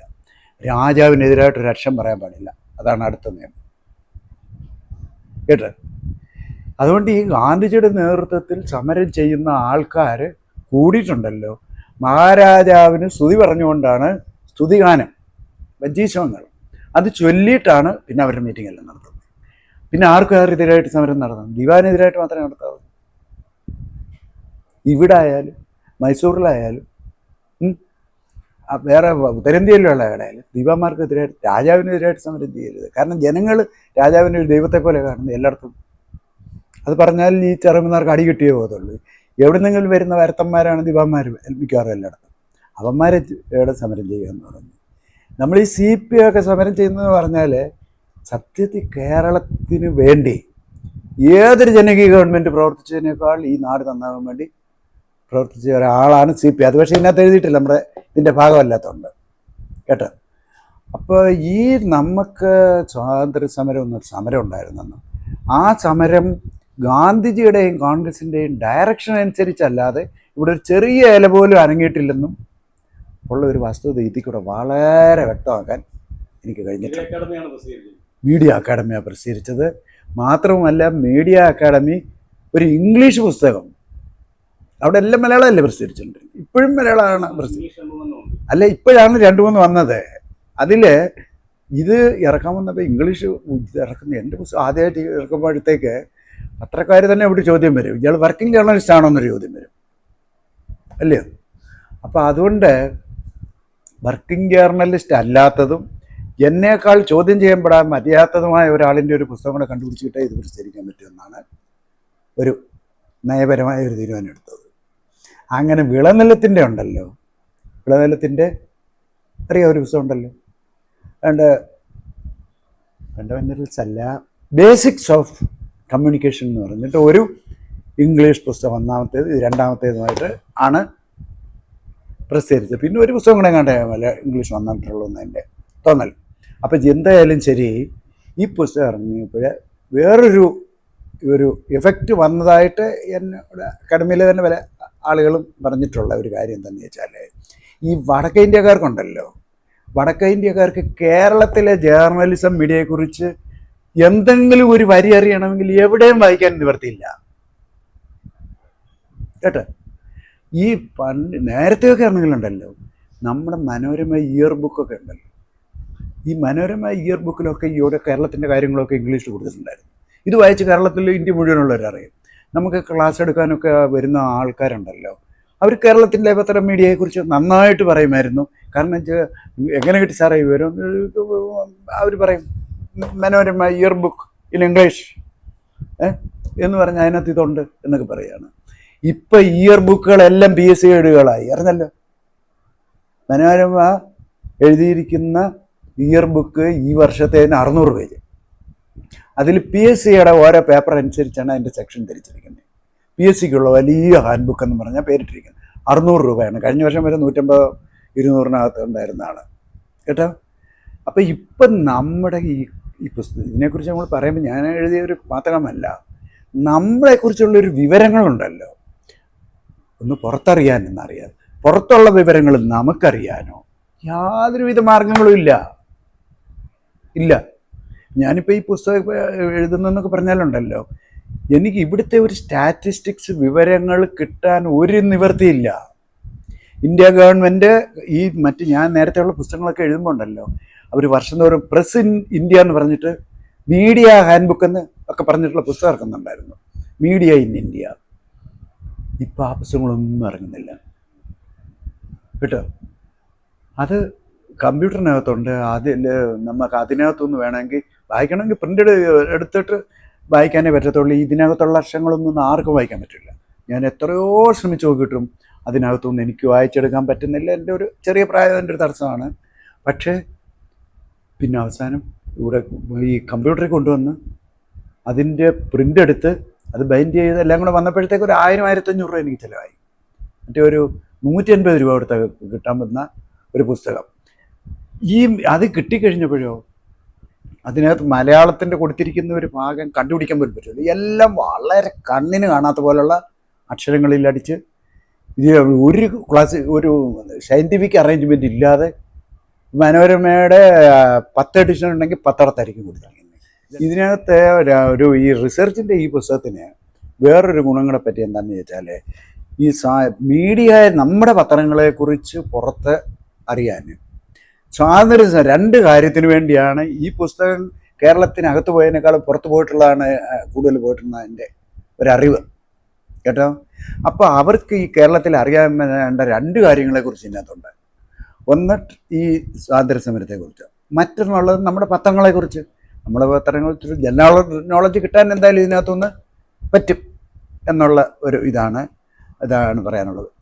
ഇനിയും ഒരു കാര്യമുള്ളത്, ഇതെല്ലാം ചെയ്തുകൊണ്ടിരിക്കുമ്പോഴും കേരളത്തിലെ ഈ പലപ്പോഴായിട്ടും മീഡിയയുടെ പല പല ലേഖനങ്ങൾ അവിടെ ഇവിടെയൊക്കെ എഴുതുന്നുണ്ടായിരുന്നു. അതെല്ലാം കൂടെ കഴിഞ്ഞ ഒരു 10-30 കൊല്ലത്തുള്ളത് സമാഹരിച്ച് ഈ അടുത്ത കാലത്ത് ഇപ്പോൾ ഒരു വർഷം മുമ്പാണ് മാധ്യമ പഠനങ്ങളും എന്നുള്ള പേരിൽ ഒരു പുസ്തകം ഇറക്കിയിട്ടുണ്ട്. അത് ഒരു അക്കാഡമിക്കായിട്ടുള്ള നല്ല പുസ്തകമാണ്. പിന്നെ പക്ഷേ എനിക്ക് തന്നെത്താൻ തോന്നിയിരുന്ന ഒരു വലിയൊരു മനസാക്ഷി കുത്ത് എന്താണെന്ന് വെച്ചാൽ, നമ്മുടെ കേരളത്തിലെ പത്രപ്രവർത്തനത്തെക്കുറിച്ച് ഒരു 56 വരെയുള്ള ചരിത്രം, ഏറ്റവും ഒടുവിലുള്ള ചരിത്രം എഴുതി നിൽക്കുന്നത് പുതുപ്പള്ളി രാഘവൻ എഴുതിയാണ്. അത് കഴിഞ്ഞിട്ട് പ്രിയദർശനൻ എന്നാണ് അദ്ദേഹത്തിന് ശരിയായ പേര്, അദ്ദേഹം എഴുതുന്നുണ്ട്. പക്ഷേ അദ്ദേഹം എഴുതുന്നത് ശരിയായ നമ്മളെ ഒരു ക്രോണോളജിക്കൽ ഓർഡറിലുള്ള ഹിസ്റ്ററി അല്ല. ആ ഹിസ്റ്ററി രചനയ്ക്ക് ആവശ്യമായിട്ടുള്ള മെറ്റീരിയൽസാണ് അതിൽ കൊടുത്തിരിക്കുന്നത് കേട്ടോ. സത്യം പറഞ്ഞാൽ പ്രിയദർശൻ്റെ പുസ്തകങ്ങളില്ലായിരുന്നു എനിക്കിത് എഴുതാൻ പറ്റില്ല കേട്ടോ. ഞാൻ നിസ്സാരമായി കാണുന്നതല്ല. ഈ നമ്മുടെ ഇദ്ദേഹത്തിൻ്റെ പുതുപ്പള്ളിയുടെ പുസ്തകം ഇല്ലായിരുന്നെങ്കിൽ എനിക്ക് ഇതുപോലുള്ള പുസ്തകം എഴുതാൻ പറ്റില്ല. ഞാൻ അതെല്ലാം പകർത്തിരിക്കുന്നുള്ള അർത്ഥത്തിലല്ല, എനിക്ക് ആ ഭാഗങ്ങൾ കണക്ട് ചെയ്ത് കിട്ടിയിട്ടല്ലേ ഞാൻ മോഡേണിലേക്ക് എനിക്ക് എൻ്റെ റോളിലേക്ക് വരേണ്ടത്. അപ്പം അങ്ങനെ ഈ മലയാളത്തിൽ വാസം പറഞ്ഞാൽ നമ്മുടെ ചരിത്രത്തിൽ ഏറ്റവും പത്രചരിത്രത്തിൽ നമ്മൾ ആദരിക്കേണ്ട ഒരാളെന്ന് പറയുന്നത് A.D. ഹരിശർമ്മയാണ്. ഈ പഴയ പത്രങ്ങളൊക്കെ കണ്ടു കിട്ടുന്നതിന് മുമ്പ് തന്നെ ഇംഗ്ലണ്ടിൽ നിന്നുള്ള രേഖകളും മറ്റേതെല്ലാം പരിശോധിച്ചിട്ടുണ്ടല്ലോ. ഈ നമ്മുടെ രാജ്യസമാചാരമാണ് ആദ്യത്തെ അച്ചടിച്ച പുസ്തകം എന്ന് പറയുന്ന കാലത്ത് ആരും കണ്ടിട്ടുമില്ല, എവിടെയും കേട്ടിട്ടുമില്ല. ഇതേ രീതിയിൽ അദ്ദേഹം ഇതിനുവേണ്ടി എന്തെന്ത് ഗവേഷണം നടത്തിയാണ് ഈ ആദ്യകാലത്തെ പത്രങ്ങളുടെ പേരുകൾ പോലും കണ്ടുപിടിച്ചെന്നറിയാവും. അപ്പോൾ അവരൊക്കെ എഴുതിയിരുന്നത് എനിക്ക് വായിക്കാനുള്ള ഒരു ഭാഗ്യം ഉണ്ടായിട്ടുണ്ട്. 60-ലൊക്കെ ഈ ഹരിശർമ്മയ്ക്ക് എഴുതിയ ലേഖനങ്ങളൊക്കെ വായിക്കാൻ ഞാനന്ന് വിദ്യാർത്ഥിയായിരുന്നു. അപ്പോൾ അങ്ങനെയുള്ള ഇതിലെല്ലാം ഇങ്ങനെ വന്നെങ്കിലും നമുക്ക് ഈ കേരള സംസ്ഥാനം രൂപവത്കരിക്കപ്പെട്ട ശേഷം ഒരു ക്രോണോളജിക്കൽ ഓർഡറിൽ ഒരു ക്രമമായിട്ടൊരു ചരിത്രം വന്നിട്ടില്ല എന്നുള്ള ഒരു വലിയ ഒരു പോരായ്മ എൻ്റെ മനസ്സിൽ കിടപ്പുണ്ടായിരുന്നു കേട്ടോ. അപ്പോൾ അങ്ങനെ വന്നപ്പോൾ എനിക്ക് എഴുതാമെന്ന് പറയുന്നെങ്കിൽ ഞാൻ എന്നെ എത്രയോ പ്രഗത്ഭന്മാരുണ്ട് അവരെഴുതട്ടെന്നുള്ള ഒരു ചിന്തയിലാണ് ഞാൻ എഴുതുന്നത്. പക്ഷെ ഇത്രയും നാളായിട്ടും ഇത് നടക്കാതെ വന്നപ്പോൾ ഞാൻ വിചാരിച്ചു എൻ്റെ കിട്ടിയ വിവരങ്ങൾ എഴുതി വയ്ക്കാം. ഇതൊരു പൂർണ്ണമായ ചരിത്രം എന്ന് പറയാൻ പറ്റും. ചരിത്രം പൂർണ്ണമായിട്ട് എഴുതാൻ ആർക്കും പറ്റില്ല എന്നുള്ളതാണ്. അവർക്ക് കിട്ടിയ വിവരക്കേടുകളും കേട്ടോ. ഇപ്പം ഞാൻ ഈ പുസ്തകം എഴുതി കഴിഞ്ഞ് ഇവിടെ പ്രകാശനം കഴിഞ്ഞ് 2 ദിവസം കഴിഞ്ഞപ്പോൾ ഉണ്ടല്ലോ, ഒരു 88 വയസ്സുള്ള ഒരാൾ എന്നെ വിളിച്ചിട്ട് അദ്ദേഹം ചോദിച്ചു, പേര് ഞാൻ പറയില്ല, പറഞ്ഞാൽ കോൺട്രവേഴ്സ്യൽ വരാനൊരു ഇതാണ്, ഒരാളിനെ കേട്ടിട്ടുണ്ടോ? ഇല്ല എന്ന് പറഞ്ഞു. എന്നാലേ അദ്ദേഹം നമ്മുടെ പത്രപ്രവർത്തനമൊക്കെ തുടങ്ങിയ ആരംഭകാലത്ത് തന്നെ 5 പത്രങ്ങളുടെ പത്രാധിപരായിരുന്നു. ഈ 5 പത്രവും നമ്മളൊക്കെ അറിയുന്ന പത്രങ്ങൾ തന്നെയാണ് കേട്ടോ. ഈ 5-നകത്ത് മിക്കവാറും ഉള്ള പത്രങ്ങളെക്കുറിച്ച് ഞാനും ഇതിനകത്ത് പറഞ്ഞിട്ടുണ്ട്. ഞാൻ എവിടെല്ലാം റെഫർ ചെയ്തിട്ടുണ്ടോ അവിടെ ഒന്നും ഇങ്ങനെ ആളുടെ പേരില്ല കേട്ടോ. ആ ആളിൻ്റെ മകനാണ് എന്നോട് സംസാരിക്കുന്നത്. അയാൾ പറയുന്നത് എന്താണെന്നറിയാമോ? ഈ അച്ഛൻ്റെ പേര് ബ്ലാക്ക് ഔട്ട് ചെയ്യാൻ വേണ്ടി എത്ര അധ്വാനിച്ച് എല്ലാ പുസ്തകങ്ങളിൽ നിന്നും ആ പേരുകൾ നീക്കം ചെയ്ത് കേട്ടോ, ഈ പേര് നിങ്ങൾ എവിടെ നോക്കിയാലും കാണില്ല എന്ന് പറയാണ്. അപ്പം ഞാൻ ചരിത്രം എഴുതുന്ന എനിക്ക് എങ്ങനെ ഒരു സത്യത്തിൻ്റെ ഒരു പൂർണ്ണതയിലേക്ക് പോകാൻ പറ്റും? എൻ്റെ കിട്ടിയ വിവരം വെച്ച് ഞാൻ എഴുതി. പല പത്രങ്ങളെയും പത്രാധിപന്മാരുടെ പേരില്ല, കാരണം ഇത് തമസ്കരിക്കപ്പെട്ട പേരുകളാണ് കേട്ടോ. നമുക്കൊന്നും നമുക്ക് അങ്ങനെ തോന്നുമെന്നായിരിക്കും. എന്നാൽ ഒരു കാര്യം ചെയ്യാൻ നോക്ക്, നിങ്ങൾ മനോരമയുടെ ഇപ്പോഴത്തെ എഡിറ്റർ ആരാന്നൊന്ന് പറ. എഡിറ്റർ മാതൃഭൂമിയുടെ എഡിറ്റർ ആര്? അല്ലെങ്കിൽ കേരള കൗമുദിയുടെ എഡിറ്റർ ആരെ? ഉടയൻ്റെ കാര്യമല്ല നമ്മൾ ചോദിക്കുന്നത് കേട്ടോ. പത്രത്തിനകത്ത് ചിലപ്പോൾ അവിടെ എഡിറ്റർ ഇല്ല, ഇയാൾ ചാർജ് വഹിക്കുമെന്നൊക്കെ പറഞ്ഞ് എഴുതിയേക്കും. അപ്പോൾ അയാളാണ് അതിൻ്റെ എഡിറ്ററെ ചാർജ് വഹിക്കുന്ന ആൾ. ആ പേര് നമുക്ക് ആർക്കറിയാം? നമ്മളെല്ലാം ഇപ്പം മുതലാളിയുടെ പേരല്ലാതെ ഒരു പത്രം എന്ന് പറഞ്ഞാൽ അതിനെക്കുറിച്ചുള്ള അടിസ്ഥാനപരമായ സങ്കല്പം പത്രാധിപരുടെ നേതൃത്വത്തിൽ പ്രവർത്തിക്കുന്ന ഒരു സ്ഥാപനം എന്നാണ്. ഇപ്പം പത്രാധിപരെ ആർക്ക് വേണം? പത്രാധിപർ വേണ്ടാത്തതുകൊണ്ടല്ലയോ ഇന്ന ഡ്യൂപ്ലിക്കേറ്റ് ഇതിൻ്റെ ചുമതല വഹിക്കുന്ന എഴുതി വിടുന്നത് പത്രത്തിനകത്ത്. അപ്പം അങ്ങനെയുള്ള രീതിയിലുള്ള വലിയ മാറ്റങ്ങളാണ് വന്നിരിക്കുന്നത്. ഇത് ആർക്ക് പറയാൻ പറ്റും? എനിക്ക് പറയാൻ പറ്റുമല്ലോ. പറയാമായിരുന്നെങ്കിൽ ഞാൻ ഇതിനകത്ത് എഴുതി വെച്ചേനെ. ഇത് എഴുതി വെച്ചാൽ ഇപ്പം ഇത് പ്രസിദ്ധീകരിക്കാനും പറ്റില്ല കേട്ടോ.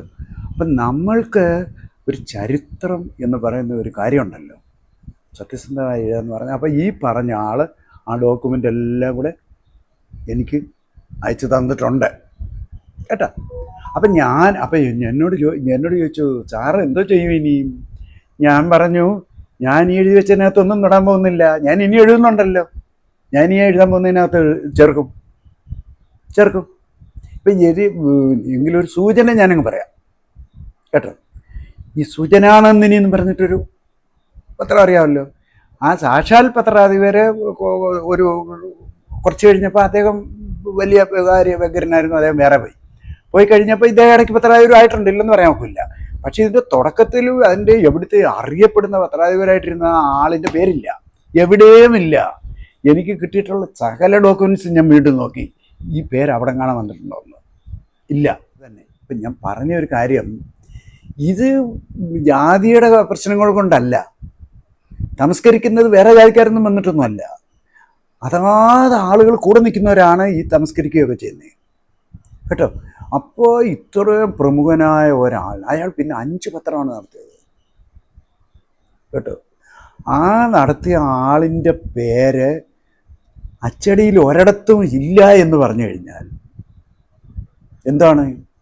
അപ്പം നമ്മൾ ചരിത്രം എഴുതുമ്പോഴുണ്ടല്ലോ, നമ്മുടെ കിട്ടിയ തെറ്റും ശരിയും എല്ലാം കൂടെ നമ്മൾ കുറച്ചെങ്കിലും ഒന്ന് എഴുതി വെക്കണം, അല്ലാതെ ഇതും കിട്ടില്ല. അതുകൊണ്ടാണ് ഇപ്പം ഞാൻ നേരിട്ട് വ്യക്തികളെ നേരിട്ട് സംബന്ധിച്ച് കളക്ട് ചെയ്തു ഉള്ളതാണ് ഇതിൻ്റെ പകുതി കൂടുതലും. 56-ന് ശേഷമുള്ളത് മിക്കതും ഞാൻ വ്യക്തിപരമായ നിലയിൽ കളക്ട് ചെയ്തിട്ടുള്ളതാണ്. അമ്മമാരെന്നോട് കള്ളം പറഞ്ഞാലോ, ആ കള്ളമേ എനിക്ക് എഴുതാൻ പറ്റും കേട്ടോ. ചില ആളുകളുണ്ടല്ലോ, ചില ആളുകൾ ചോദിക്കുമ്പോൾ അവർക്ക് കള്ളം പറയാനുള്ള മടിയുണ്ടായിരിക്കും. അവർ തല പോയാലൊരു വിവരം പറയില്ല. ഇത് ഏത് സ്ഥലത്തു നിന്നാണ് പ്രസിദ്ധീകരിക്കുന്നത്, സ്ഥലമെന്ന് പറഞ്ഞാൽ മതി. നമ്മൾ ഇന്ന സ്ഥലത്തു നിന്ന് ഇറങ്ങുന്ന ഇന്നൊന്നങ്ങ് ചേർത്തോളാം. ആകെ നിങ്ങൾ ഡയറക്റ്റ് എടുത്തു നോക്കാം, അല്ലെങ്കിൽ മറ്റേ അവിടെ വിളിച്ചു നോക്കും, പറയില്ല. അങ്ങനെയുള്ളവരുടേത് ഈ പുസ്തകത്തിനകത്ത് ചേർത്തിട്ടുണ്ട് കേട്ടോ. ഒരു കൊടുക്കണമെന്ന് എനിക്ക് തോന്നിയ ഒരു വഴി ഇത് അറിയാൻ വേണ്ടിയിട്ട് ആ ഓഫീസിൽ വിളിച്ച് വെബ്സൈറ്റിൽ നോക്കി നമ്പർ എടുത്ത് അതിൻ്റെ ചുമതലക്കാരുടെ പേര് അനുസരിച്ച് ഓരോരുത്തർ 6 പേരെ തിരിച്ചും വിളിക്കുമ്പോൾ ഏതെങ്കിലും 2 പേരുടെ പേര് പറയും. 6 പേരുടെയും പേര് കഴിഞ്ഞപ്പോൾ ഞാൻ മതിയാക്കി കേട്ടോ. അത് കഴിഞ്ഞിട്ട് പിന്നെ ഞാൻ അല്ലാതെ വിവരം ശേഖരിച്ചിട്ട് ഇതിനകത്ത് കൊടുത്തിട്ടുണ്ട്. അപ്പോൾ ഞാൻ പറഞ്ഞത്, ഈ പുസ്തകം എന്തായാലും ഇപ്പോൾ ചില പറയുന്ന പോലെ വേണമെങ്കിൽ ഒരു മാസ്റ്റർ പീസാന്നൊക്കെ വേണമെങ്കിൽ പറയുന്നതിന് എനിക്ക് സന്തോഷമേ ഉള്ളൂ. കാരണം ഇത്തിരി കുറച്ച് പോപ്പുലറായിട്ട് പോകാൻ സാധ്യതയുള്ള ഒരു പുസ്തകം. ഈ പത്രത്തിൽ ജോലി ചെയ്യുന്നവന് അവൻ്റെ പത്രത്തിൻ്റെ ചരിത്രം അറിയണമെങ്കിൽ ചിലപ്പോൾ ഇത് വായിച്ചു നോക്കിയെങ്കിൽ അറിയാൻ പറ്റും. അല്ലാതെ എങ്ങനെ അറിയാൻ പറ്റും? ഇത് ജോലി അവർക്ക് ശമ്പളം കിട്ടുന്നതെന്നല്ലേ നോക്കുന്നുള്ളൂ. അതല്ല ഇത് ഏത് വർഷം ആര് തുടങ്ങി, അന്ന് പിന്നെ മറ്റേ എഡിറ്റർ, അതൊന്നും അവർക്ക് അറിഞ്ഞുകൂടാ. അവർക്കിത് അറിയണമെന്നുണ്ടെങ്കിൽ ഇപ്പോൾ ഇതെടുത്ത് നോക്കേണ്ടി വരും. കാരണം ഇപ്പോൾ പിന്നെ ഒരു ഇങ്ങനെ മൊത്തം കൂടെ പറയുന്നത് ഇപ്പോൾ ഇത് മാത്രമേ ഉള്ളതേ ഉള്ളൂ. ഇത് വേറെ ഒരിടത്തും ആരും പറഞ്ഞിട്ടില്ലെന്നല്ല. കാരണം കേരളാമതിയുടെ ചരിത്രം കേരളാമതി പറയും, മനോരമയുടെ ചരിത്രം മനോരമ, എത്ര പത്രം അങ്ങനെ പറയും? ഒരു 5-6 പത്രത്തിൽ കൂടുതൽ അങ്ങനെ സ്വന്തമായിട്ട് ചരിത്രം എഴുതിയിട്ടില്ല. ആ എഴുതിയിരിക്കുന്ന ചരിത്രങ്ങളിൽ 50% കൂടുതൽ നമുക്ക് സ്വീകരിക്കാൻ പറ്റുന്നതല്ല കേട്ടോ. അതിപ്പോൾ എന്നെ സംബന്ധിച്ച് എനിക്ക് കിട്ടിയ വിവരങ്ങളുടെ അടിസ്ഥാനത്തിലാണെങ്കിൽ എനിക്കത് ചിലത് മനസ്സിലാക്കാൻ പറ്റും. ഇതെല്ലാം വെറുതെ പുളു വന്നത്. നേരെ മറിച്ച് എൻ്റെ കയ്യിൽ വരാത്ത ഇൻഫർമേഷൻ വേറെ കിടക്കുകയാണ്. അതിൻ്റെ അടിസ്ഥാനത്തിൽ എനിക്ക് എങ്ങനെ ചെയ്യാൻ പറ്റും? അത് ഈ ചരിത്രകാരന്മാരൊക്കെ കൂടെ തന്നെ മൂടിക്കെട്ടിയിട്ടുള്ളതാണ്.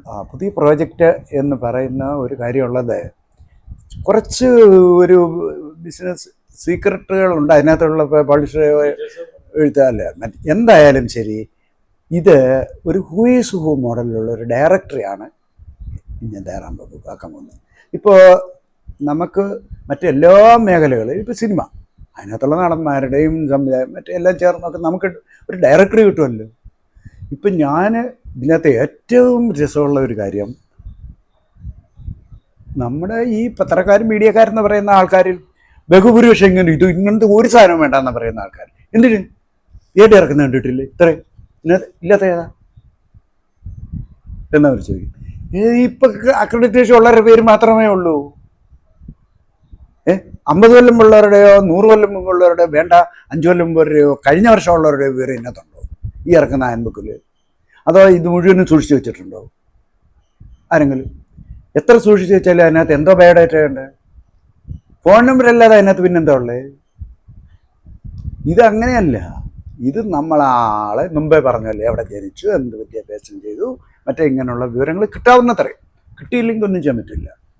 ഇപ്പം ഇതിനകത്ത് ഞാൻ 25 ഇംഗ്ലീഷ് പത്രപ്രവർത്തകരുടെ ഇത് ഈ പുസ്തകത്തിനകത്ത് കൊടുത്തിട്ടുണ്ട് കേട്ടോ. ഈ 25 പേരിൽ മിക്കവാറും മരിച്ചുപോയവരാണ്. ഒരു 10 പേര് ജീവിച്ചിരിപ്പുണ്ടെന്ന് വിചാരിക്കുക. ഈ 10 പേരിൽ ഒറ്റ ആൾ പോലും എനിക്ക് അവരുടെ ബയോഡാറ്റ അയച്ചു തന്നിട്ടില്ല എന്ന് വെച്ചാൽ അവർ ജീവിച്ചിരിക്കുന്നവരാണ്, അവർക്ക് ഇമെയിലുണ്ട്, അവർ കോണ്ടാക്ട് ഫോൺ നമ്പരും എന്തെല്ലാം സൂത്രമുണ്ട് കേട്ടോ. ഫോൺ വിളിച്ചാൽ എടുക്കില്ല. അതിന് വലിയ ആൾക്കാരാണ്. അവർ മറ്റേ ഇമെയിൽ മെസ്സേജ് അയക്കാമെന്ന് പറഞ്ഞാൽ ചിലപ്പോൾ തിരിച്ച് ഇത് വരും. അപ്പോൾ ഇമെയിൽ മെസ്സേജ് അയക്കുമ്പോൾ അതിന് എന്തെങ്കിലും ഒരു റിപ്ലൈ തരണ്ടേ? ഇല്ല, തരില്ല കേട്ടോ. ഇതിൽ ചില ആളുകൾ എല്ലാ വിവരവും തരാം, അച്ഛൻ്റെ പേര് തരില്ല, അമ്മയുടെ പേര് തരില്ല, ബാക്കി എന്തെങ്കിലും തരാം കേട്ടോ. എന്നാൽ ശരി, ഭാര്യയുടെ പേരും തരാൻ പറ്റില്ല, കുട്ടികളുടെ അതൊട്ടുമേ തരാൻ പറ്റില്ല കേട്ടോ. ഡേറ്റ് ഓഫ് ബർത്തോ സാധിക്കില്ല കേട്ടോ. നിങ്ങൾക്ക് കിട്ടേണ്ട വിവരങ്ങൾ ഫേസ്ബുക്കിൽ കൊടുത്തിട്ടുണ്ട്, അതെടുത്ത് നോക്കി അതിലുള്ള വിവരങ്ങൾ എടുത്താൽ മതി എന്ന്. ഇത് പേര് പറയാവുന്ന ഒരാൾ തന്നെയാണ്. ആരാന്നറിയോ? മാത്യു സാമുവലില്ലേ, ഇപ്പം നമ്മുടെ ഈ മാത്യു സാമുവൽ എൻ്റെ നേരിട്ട് ഒരു സ്റ്റുഡൻ്റ് അല്ലെങ്കിൽ പോലും ഞാൻ അധ്യാപകർക്ക് ആയിരിക്കുന്ന സമയത്ത് ആ സ്കൂളിൽ പഠിച്ച ആളാണ്. ഈ ആളിൻ്റെ കൂടെ പഠിച്ച ആളാണ് പോൾ മണലിൽ.